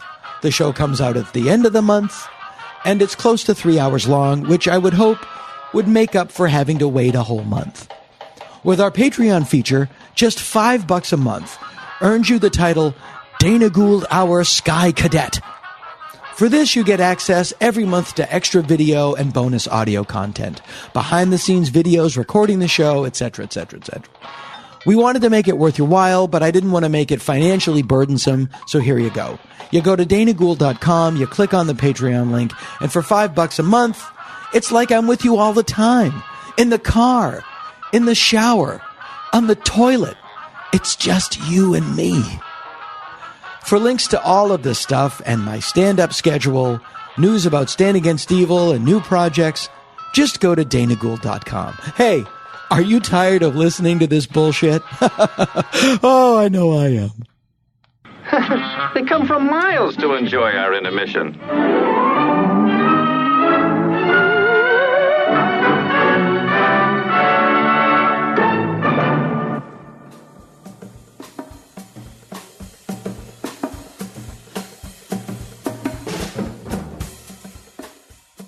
A shameless plug for your show on your podcast here. Yes, but it's not. What a joy it was to work on the show. Oh yeah, really. No, honestly, it's like you really gave me an opportunity. I had not written for television before. You gave me an opportunity, and I greatly appreciate it. And it was such a joy to just any job where you can giggle all day. Yeah. is like my favorite jobs. And there's not that many. I used to be an editor on Beavis and Butthead, and I got to giggle all day doing that. And I was reminded of that on this. Yeah. You know, and no, it's a small group. It's a really good group. And as far as, you know, being able to write on the show, it's just, it was so easy because it's like you're surrounded by really hilarious people. You're a joke machine. I don't know how you do it. It's fascinating. The writers will come up with like 300 jokes a day, and I don't even think I'm exaggerating. You know, because we'll be there for 8 to 10 hours. And but then when I'm alone, that's when the crying begins. mind does terrible things. what keep writing that because it was it was great. But no, it was just so, I appreciate the credit for a good episode. But when you're surrounded by people who are just throwing you good material, all you have to do is recognize, oh, that's funny, and then incorporate it into the show. So to me, it was very easy. To me, it's like, oh, demon puppets and funny jokes and funny characters. Yeah. It was a breeze. And the great thing about the show is like nobody has an ego about it, and like the people, just everybody who contributes to the show, all through, from the script to production to post. I mean, everybody has great ideas. We keep my one of the hardest laughs in that episode came in the looping, where Convoy Kathy comes through the ceiling grate, and the line was, "I'm going to cut your ass," and the way the actress who looped it, and it was Jen Foley who looped it, she said, "I'm going to cut your ass." like not I'm going to cut your ass. I'm going to cut your ass. And it was just so fun. I'm going to cut your ass. It was just so That's awesome. So creepy and weird. When you were writing on Sabrina, were you Axelle, were you a part of the sort of the definition of Sabrina? It's not a spin-off of Riverdale, but it's in the same universe as Riverdale. It's also based on Archie comics. So right. Sabrina originally is Archie comics. I was Uncle Monty on the original Sabrina. Oh wow. Okay. So you're in the company of greatness is what I'm saying. It's based on comics that came out a few years ago, or still coming out, actually, written by the showrunner Roberto Aguirre-Sacasa. So the tone was kind of pre-established. Okay. And he'd written the pilot before we started writing on the season, thankfully, so we had some kind of guide to go into.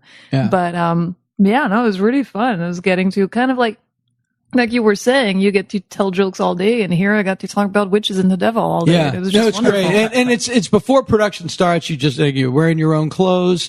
You go into an office. Your friends are there. You hang out. You do the work, but you order really nice food. Yeah, you get well on our show. It's food was great. Food was wonderful, and yes, you tell inappropriate stories that you could get in trouble for. Holy horrible inappropriate stuff. But entertaining. Yeah, everyone in the room was pretty funny and pretty cool. But it's less. I mean, there's comedy in it, so there's some writers have that skill more than others. I would say.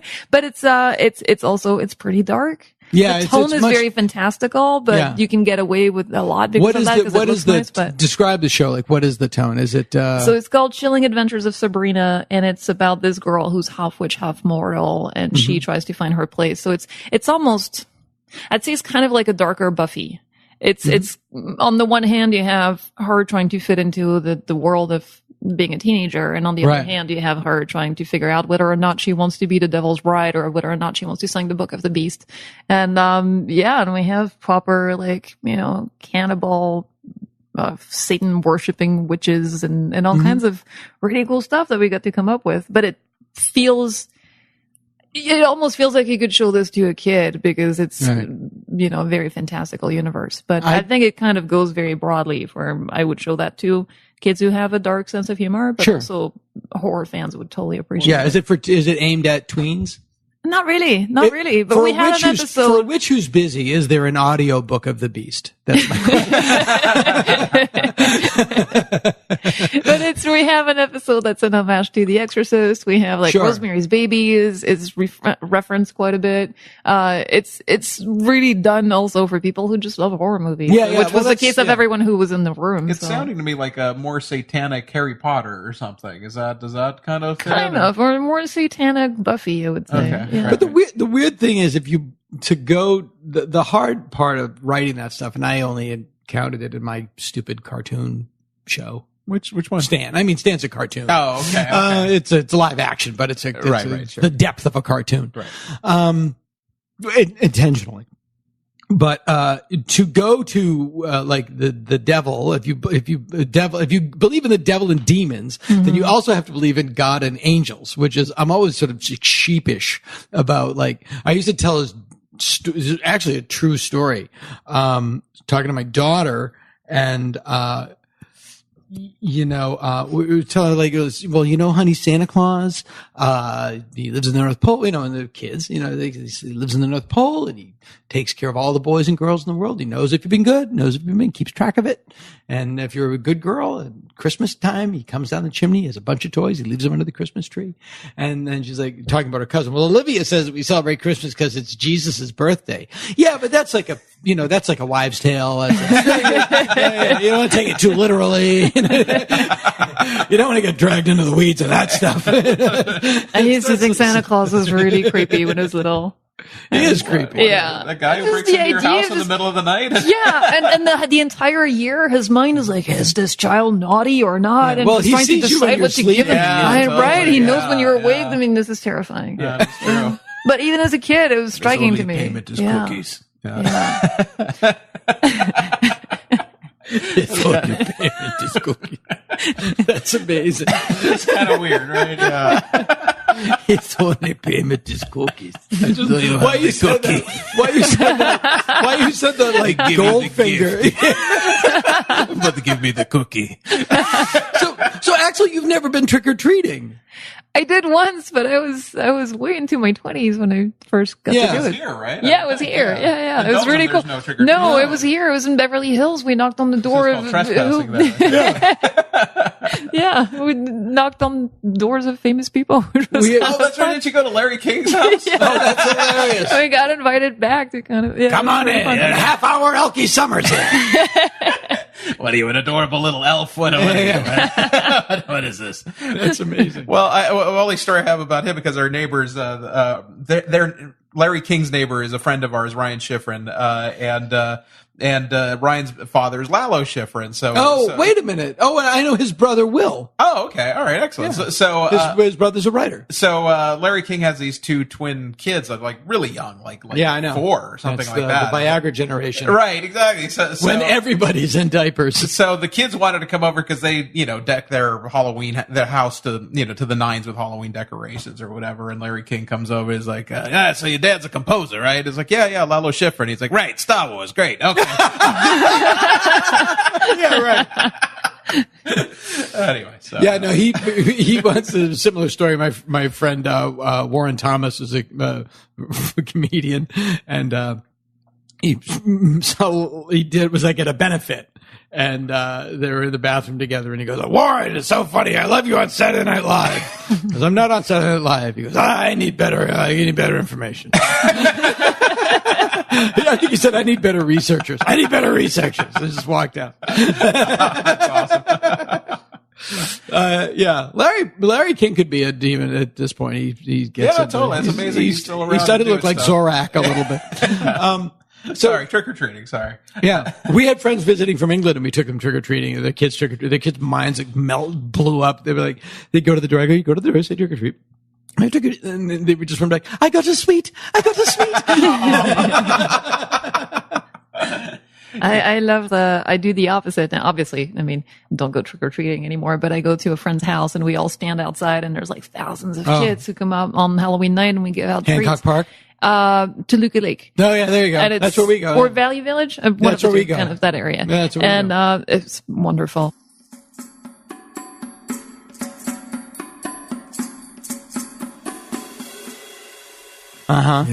Yeah. And I'm to the point now where it's kind of nice. I can say, I don't want to do this or I don't want to do that. These are what I like to do. Right. So everybody kind of knows that. Yeah. Let me ask you a question. Like the paintings for the night gallery. Yes. They're what's brilliant about them is they're of their time, and there's a darkness to them, obviously because of the stories. Yes. Because of the stories. Yeah. But you also directed, you directed X-Files, you directed Millennium, right. Directed Supernatural. Now, are you a dark, do you have a, very are you a dark dude? I'm a dark dude. They call me for the dark dude shows. Yes. Which I love. Oh, I'm a dark dude. I love them. They're great. A lot of fun. I have done comedy or two. I have done, kind of straight, but no, this is much more fun. There it is all right there. Yeah. And the new You have a new, first new night gallery painting, and don't even tell me how many years it's been. What this is, you did a painting that's sort of like a collection of a lot of your famous night gallery paintings. It's a collage. It's a collage with new stuff. New stuff. Right. And it's taking the stuff from the show that I did years ago, which, like you say, has a certain style, a certain time it fits in. Yeah. It feels like, to me, it feels like 1970. Yeah, and it's pop art stuff. Yeah, it's pop art stuff, but when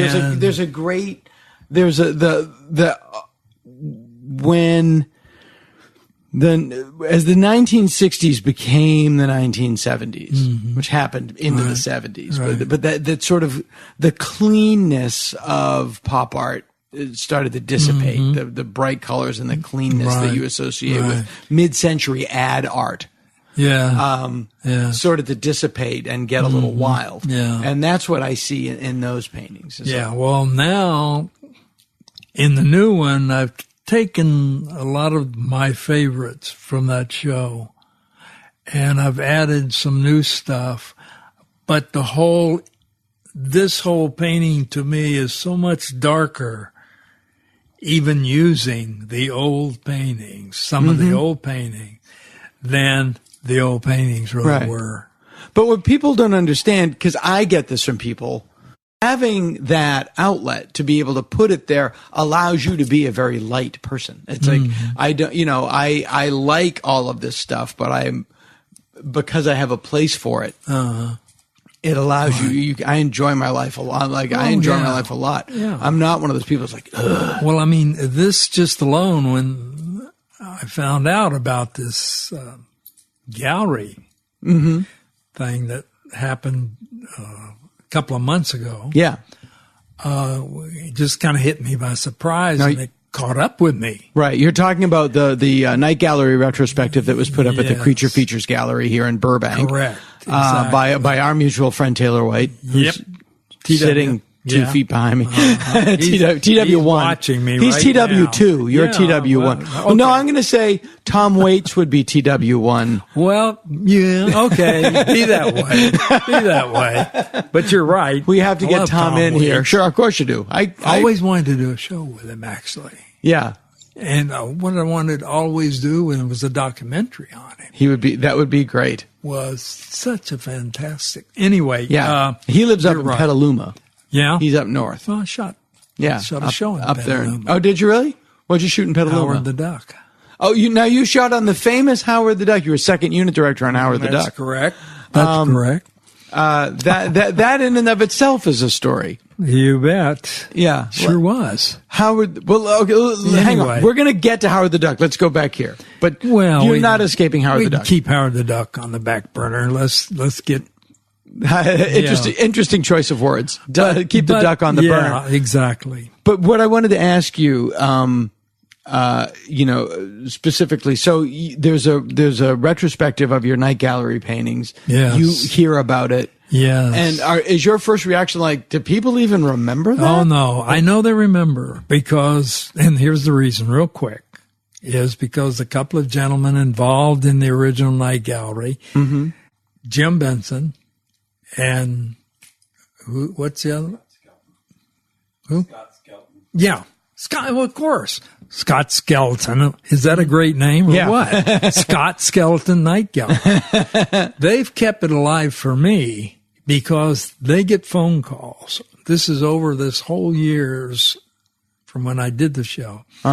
People say, I hate that word, but people say, I just opened a new bar in Detroit.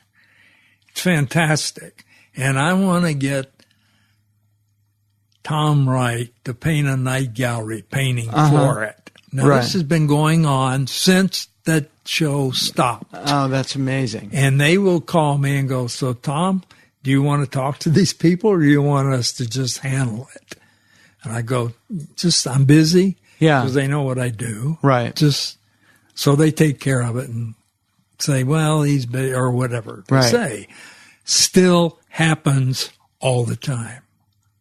Wow, that is impressive. Want night gallery paintings, right? And want me to. A lot of them have wanted me to do them for different reasons, right? And what happened? You don't know where they all are. No, you know where some of them are. I know where I can count on my one hand. Yeah. When you were finished with them on the show, where did they go? Well, they went to a department at Universal called the prop department. They were handling. Right, they owned them for me. Right. And then some of them were put in the offices at Universal to decorate the offices that people took over. And later people are asking me, well, where are the paintings? And a lot of them just sort of dissipated into the world. Yeah. Disappeared into the eons. Right. Until now. Right. And now all of a sudden we're seeing some of them. And I'm being asked now, is this a original night gallery painting or not? Well, I can tell just blink. I know whether it's original or not. And I have seen a lot of them that are coming out of like China, for instance. Right. Copies. Sure. Horrible. Absolutely horrible. How could, horrible. They're not even close. Right. And they just sell them online. They sell them $10. I don't know what they charge for them, but I've been shown these by different people that have seen these ads for them. And they'll call me and say, Tom, have you seen these? Yeah. So I have actually looked them up or been shown a lot of them by different friends of mine that have got them up on their screen, and they're horrible. Yeah. But they're copies of all the paintings that were done for the Night Gallery series years ago, now still doing. And my daughter, my oldest daughter, Siobhan, sent me a little deal on my computer one day and said, Dad, is this your painting? And it was on eBay. And it was one of my paintings, one of the original ones. And they were selling it for, I think, $150 or something. Did you buy it? No. I don't have $150. Give me a break. Come on. I can't afford these paintings. Well, you're a director. You're a busy fellow. Well, yeah. Yeah. And you don't want to go. And I don't particularly want, I do paint. I still paint. Yeah, you don't want to go back. Don't want to go back, but I'm not interested in that. I do still do paintings, but of my own choice. Right. For my own house. Exactly. They're not night gallery type paintings. Sure. But I can do just about any kind of painting anybody wants. Because when I was giving the night gallery job, one of the only things, well, maybe two things Jack Laird told me was, or asked me, said, can you, because in the paintings, each painting will represent a different show. So we like to think they're by a different artist. Right. So mix it up. So can you change styles and all that? And I go, sure. So that was the only other problem I had with the show, except trying to figure out how to get them all done. But, okay, what style am I going to do this one is? But a lot of times the story sort of dictated it. Yeah. Now, there's a framed ad that I have seen. I think I saw it in the back of Famous Monsters magazine as a kid for full-color reproductions of night gallery paintings. Yes. But this was that's from the era. That's like a mid-'70s. Those they're posters reproductions of the real paintings. Right. Were they just posters? Like they made one run of posters that I know of that I actually got a set of that somebody sent me just because they knew I was involved, but nobody really offered me. But they did. This one person that knew them got them and sent them to me. Right. They made some prints. I think of about 12 of them.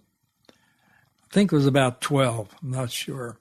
So some of those I had framed because they were the only things I had other than some of the thumbnail sketches, the original thumbnails.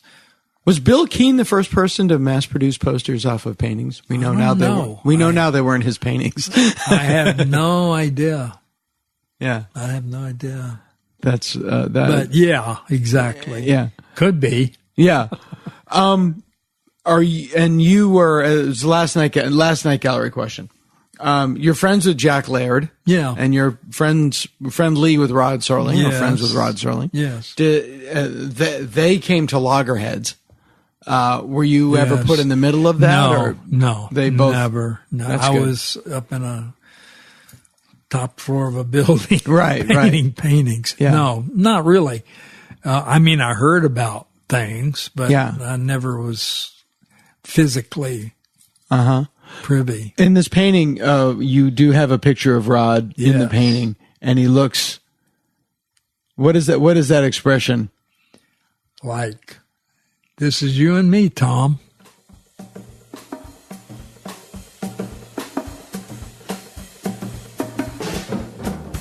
But last year I dressed up as the woman in black and I had like white contact lenses and Oh, I dyed wow. the inside of my mouth completely black.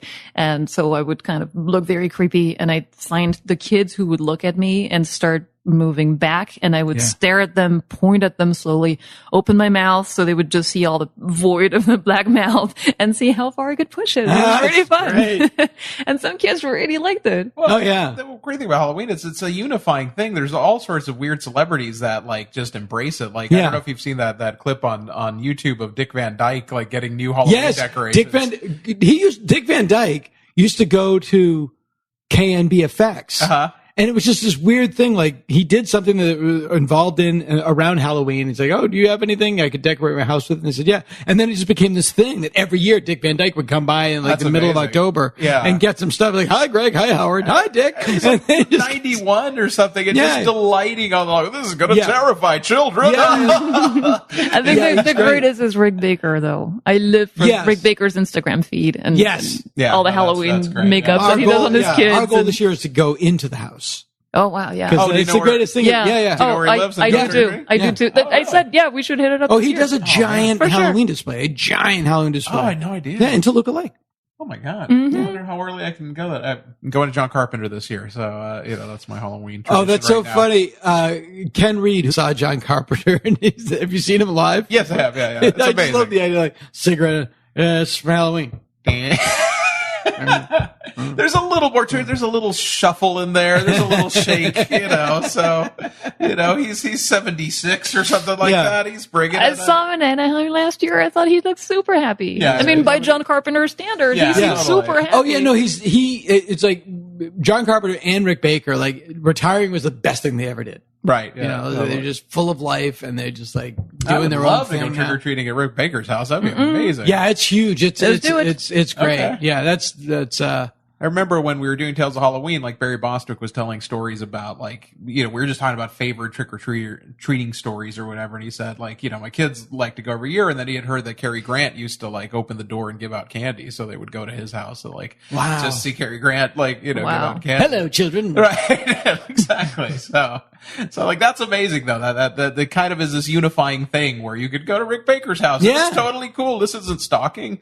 Yeah. And now Tales of Halloween, which is so you produced this movie Tales of Halloween. For the people who haven't seen it, describe what it is and how it came about. And then I'm going to pose a question to you about it. Okay. Well, it came about, it was Axel's idea, and largely it just came about because we, in Los Angeles here, we have an incredibly supportive and cool, base of filmmakers that really the reason we're friends is that we're all kind of united with our love for the genre. It's just, we just love it, and we go to screenings together, and we go to Not Scary Farm or whatever. It's just, we live and die for this stuff, and that's what kind of brings us together. And Axel had the idea of like, well, we know so many horror filmmakers, why don't we just kind of do, one together and just kind of do an anthology that's just us that celebrates our favorite day of the year, which is Halloween. Yeah, and it was filmmakers and actors and all kinds of, behind the scenes people. And we all hang out all the time and constantly complain about not getting the movies we want to see get made. Right. So it was just kind of, well, let's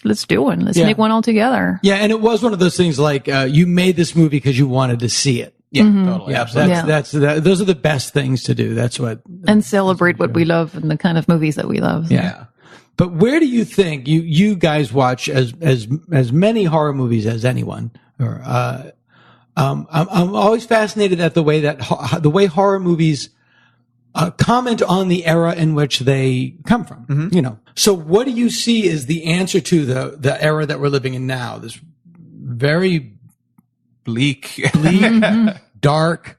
I read this thing this morning. It was really true that people in abusive relationships get gaslit all the time. Like one of the things that an abusive person will do in a relationship is gaslight you and make you not believe your reality.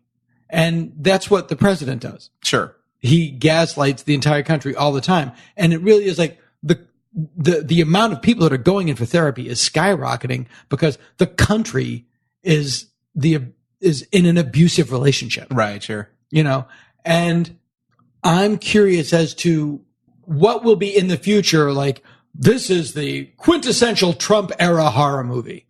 What will that be? You know what I mean? Good question. It might be too soon. It might be too soon, yeah, because I think we're in it right now. Yeah. I guess that we'll all think of Get Out, but that was actually made before. Yeah, because that's what came to mind. That was what jumped in my head was Get Out is like at least the only one that seems to have a political conscience. The only thing I'll say is that, you know, we're in such a strange time where like, you know, independent film is virtually dead, you know? Yeah. So in some ways that it's difficult to get a pure voice like that if you have rage that you want to get out and say that, it's harder than ever because, you know, Hulu's got notes for you, you know, or whatever, you know, so it's tricky. So I don't know if we're kind of past the George Romero's, the Toby Hooper that is like feeling the stress of Vietnam and this is what I'm going to make as a reaction to that. I don't know. They've always done that stuff on the fringe in any case. And I feel like those movies still happen. And I actually think the two quintessential Trump era movies are older movies, both made by Carpenter. I think they live. Yeah, for sure. Yeah. You know, the definition of the definition of reality. There's a lot of movies that seem to suddenly be very relevant. And totally. Who would have known? Yeah. But even stuff like recently, I mean, there's movies that I think are super bleak and very angry that seem to kind of focus around human relationships. Hereditary, it was terrifying. Right. Yeah. It was so disturbing. Big problems with the end of that movie. A lot of people do. I love a lot of, whatever you can make of the story is what it is. But the things that it did to me as the way that it shook me and the way that people react, the characters react to what happens is just, I found that the fact that something like that would still get made now is wonderful. And I think might be something that's going to be defining of this era. I watched this movie last night called Pyewacket, and it's this small independent film. I think it's Canadian. I heard good things. It's is it Bell Book and Candle from the cat's point of view? That's the name of it. That's Kim Novak's other in Bell Book and Candle. It's it is super bleak, and it's also just all about like family disintegrating, and I think there's a lot of that. I think it is a lot of that. I think one thing that's been crossing my mind lately, and this just comes from being a jaded horror fan, because people, you constantly hear people go, I can't watch horror movies and because they scare me and they freak me out, and that is so quaint and so cute to me. Like that must be great, because I don't know what that's like anymore. I had that when I was 11 when a movie scared me and I couldn't look at the screen or whatever, but that's long gone. Like, you're lucky if you get a jump. Now what's funny is the things that I react to, or the things that bother me is how emotionally it'll wreck me. Mm-hmm. Like, Hereditary gave me anxiety. It was great. Oh my God. Yeah. And so now it's sort of like, it's a strange thing that it's like, I feel like somehow I've evolved or devolved, I don't know, into that's what an effective horror movie is how much it disturbs me and how much it can bring me to a terrible place, that makes me restless and awful. Or the opposite, when it's really fun. Oh, well, it's just like, sure. When it's gory and it's just ridiculously fun. That never gets old for me. I mean, I always love that. Yeah. But I just find like this kind of new age of horror film, and I think of Hereditary especially, of disturbing you, of getting under your skin and giving you anxiety and just making you anxious, and that's sort of, it's just sort of new that was not what I looked for when I was 12. I'm like, it makes me anxious. It's wonderful. It will also be interesting to see how the emergence of the Me Too movement will affect horror movies in terms of the stereotype of it's like the 80s slasher movies are all about women getting murdered. I have a feeling that will be a stronger impact. I could be wrong than say the whole Trump administration. I have a feeling that is such a cultural phenomenon that I feel that's going to really permeate work. Could have. But the Me Too movement is a great example. Like, that was a direct response to the election of Donald Trump. Yeah, no, it's probably all related for sure. Totally. So, but I do feel that is a something known flagrant sexual, sexual predator creep, like flaunting it. And, when the Access Hollywood tape came out, everyone said, you're done. Right. Mike Pence didn't take his calls that day. Mitch McConnell and Paul Ryan had a meeting. All right, who do we get? Wow. And he was done. And then what happened was a phone call was made to Julian Assange, and the stolen emails of John Podesta were released through WikiLeaks. Right, and that diluted the news story. Unbelievable. And it allowed him to survive it.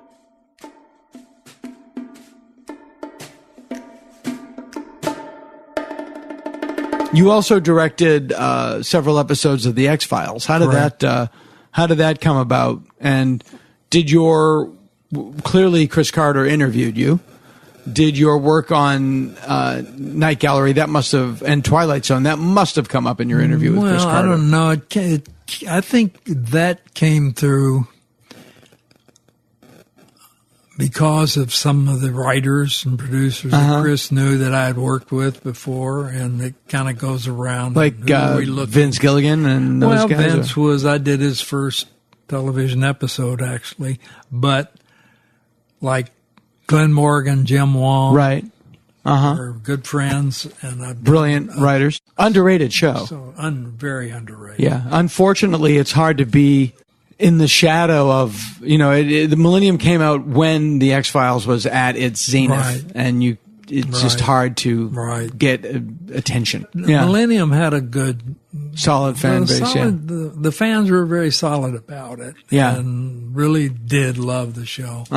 And it just was unfortunate, too bad, but I did it for 3 years. Yeah. It's funny. 3 years used to be a great run. Now it's like, it's only 3 years. Yeah, it's only 3 years. Yeah. Well, we were kind of upset, really, of course, when they didn't pick it up longer, because we were all ready to go. But everybody understood, and it's a numbers game. That's the way it is.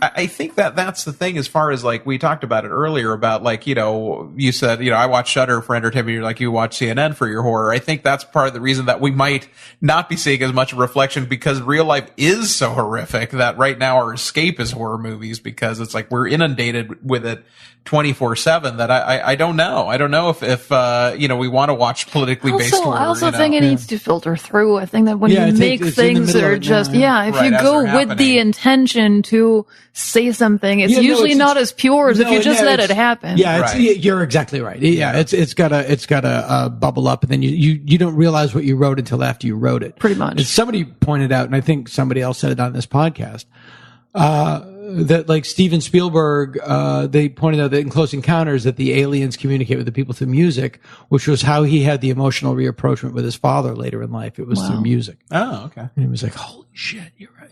But yes, I do feel a lot of people will project a lot of anger into their work. I know at times, certain days where I just want to write angry, violent stuff because of. But some days I literally can't listen to mass media. I just I believe the technical phrase is cuckoo bananas. Well, I think the terrible thing about it, and not to get too deep into it, but I feel that we're all like kind of obsessed with a reality show that is kind of like government, and that's what it feels like, is like, politics and entertainment have never been so intertwined. And I feel that it is like this show that we're all hooked on. And that's part of the problem, Yeah. Yeah. Because even as much as we hate it. There's a lot of rollerball. As much as we hate him and as much as we're angry, it's like, and then, he's doing exactly what he wants. We still read about him every day. We still talk about him every day. He is like literally check the Twitter feed just to see if he said something we can be upset about. He literally is like Freddy Krueger. The more we talk about him, the more power we give him. And that's frightening. Yeah. My girlfriend doesn't do that.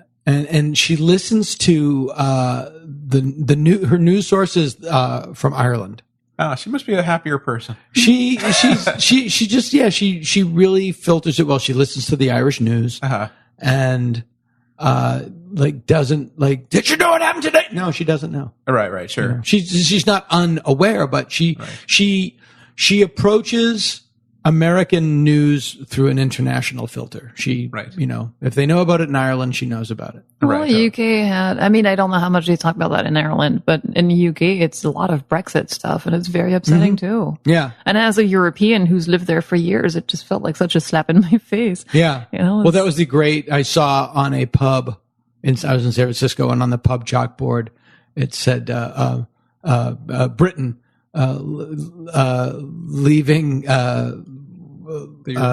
the EU is the dumbest thing any country could ever do. America, hold my beer. Hold my beer. Right. Yeah, exactly. Yeah, totally. Yeah, exactly. It really did seem related. Hold my beer would be a good title for something. Right. And there does seem to be some correlation all across the world about these kind of like crazy dictators or whatever. Well, there's a rise in, there's a big rise in fascism. And it's a lot of, that comes out of that is the poison fruit of a garden of discontent. And I think the downside of globalization and the global plutocracy is really to blame. Unfortunately, the results of plutocracy usually filters down into reaction into fascism, which benefits the plutocrats. So right. It's the fact that people would react to feeling like they've been left behind by picking people who were only out there for themselves is stunning. And yeah. Unfortunately, all I can hope for how it works. is all I can hope for is all the anger from Kavanaugh and all the anger for all of it, motivates people to vote. But I'm afraid it's not going to. And that's the most frightening thing at all. And one of the things one of my personal pet peeves is you see all this passion for all these marches and protests, and you see millions of people out there. Where the fuck are you on election day? Where the fuck are you on election day? So I hope that changes this November. Yeah. But I don't care if you voted for Jill Stein. I don't care. You're right. Totally. Yeah. Glad you made your point. Yay, so anyway, but so I'm hoping it changes. Glad you weren't at D-Day. Right, yeah, totally. Because if not, we're all screwed, and we might be all screwed. So I don't know, or there's that, and there's the climate issue. Well, that's the thing I was about to say is like as a parent, breathing down our neck. I'm not a parent, so I don't have to worry about it as much. But as a parent, I got to think it's like, well, this is the world you're inheriting to your children, you know, and I got to think that's awful, knowing that in 10 years it's like, the ocean levels will be higher. And, no, it is. Yeah, it's terrible. The thing is, there's objective facts with that people don't even want to look at. It's not even just, I don't believe in science. It's just look at the amount of trash that we throw away. Where do people think that goes? Just seeing the way that we consume things and the way that we have to build them, we have to produce them somehow. So how do people not see that? People don't go to the hospital people don't go to the doctor till they're sick. Right, sure. Mm-hmm. Yeah. We didn't get into World War II till we got attacked. Didn't matter what else was going on. It's human nature. Yeah, totally. And the sad thing is that, by the time the people who are denying climate change finally grudgingly accept that it's real, it will be too late to do anything about it. Yeah. And then they'll just go, well, your way wouldn't have worked anyway. Right, yeah. Snowflake. There are no snowflakes anymore. No, exactly. Yeah, totally. But in the meantime, we have Stand Against Evil premiering on Halloween to turn that frown upside down. Chilling Adventures of Sabrina. And the Chilling Adventures of Sabrina. Because that's all we have. I was going to keep going, but we have to end it now.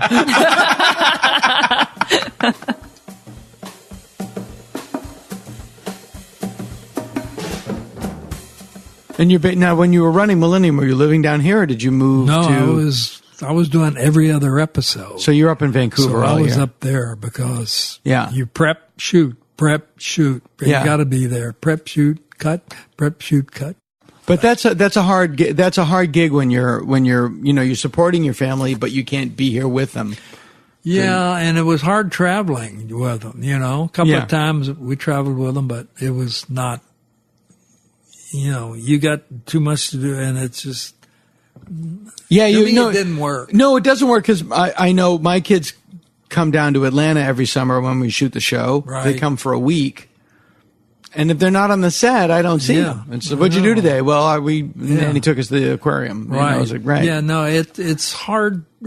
People don't understand. Well, why didn't your family? People don't understand. Yeah, it's like, why, if you're a doctor, it's like, well, bring them into surgery. They're your kids.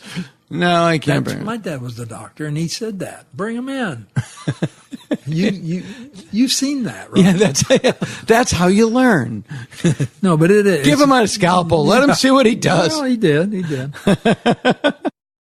Did you direct some X-Files, or did you Yes, never get? no, Yeah, I directed them. Yeah, I directed some. Which were the ones? Do you remember the ones you directed? No. They all kind of first blend together? one I directed was with a great magician, because it was one of Vince Gilligan's scripts, and it was about a magician. Oh, I know that one. Ricky Jay. Ricky Jay. Right. Do you know how many episodes of television you've directed? Oh yeah, no. Yeah. No. People tell me once in a while. Yeah. Well, how many of you? In the hundreds. Yeah. Well, hundreds. Yeah. Yeah. 5, 6, somewhere around there. I want to plug the show one more time. Okay, do it. For those of you who, you'll be at the premiere. Yes, I will. You really have to come to meet Tom. Oh, yes.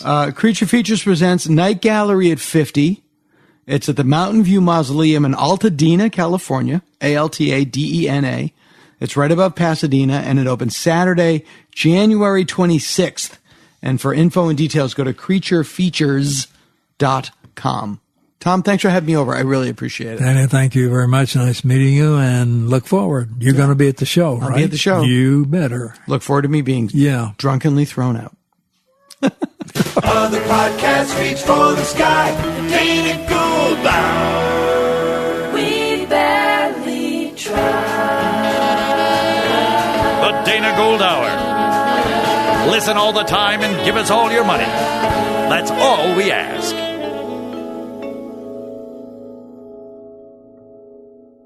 This has been the Dana Gould Hour, brought to you by the Internet. Music by Andy Paley, with Jake Posner behind the board. Produced by Jeff Fox. Graphic design and web production by Spencer Hunt and Segan Friend. Sound editing and post-production by Jalinda Palmer and Joe Napolitano. Hey, if you like the show, why don't you drop us a line at show@danagould.com. Tom Kenny speaking. I'm a DJ, I'm a person, I'm a singer, I love to sing and DJ. Boom! Peace out! You want me? Peace out!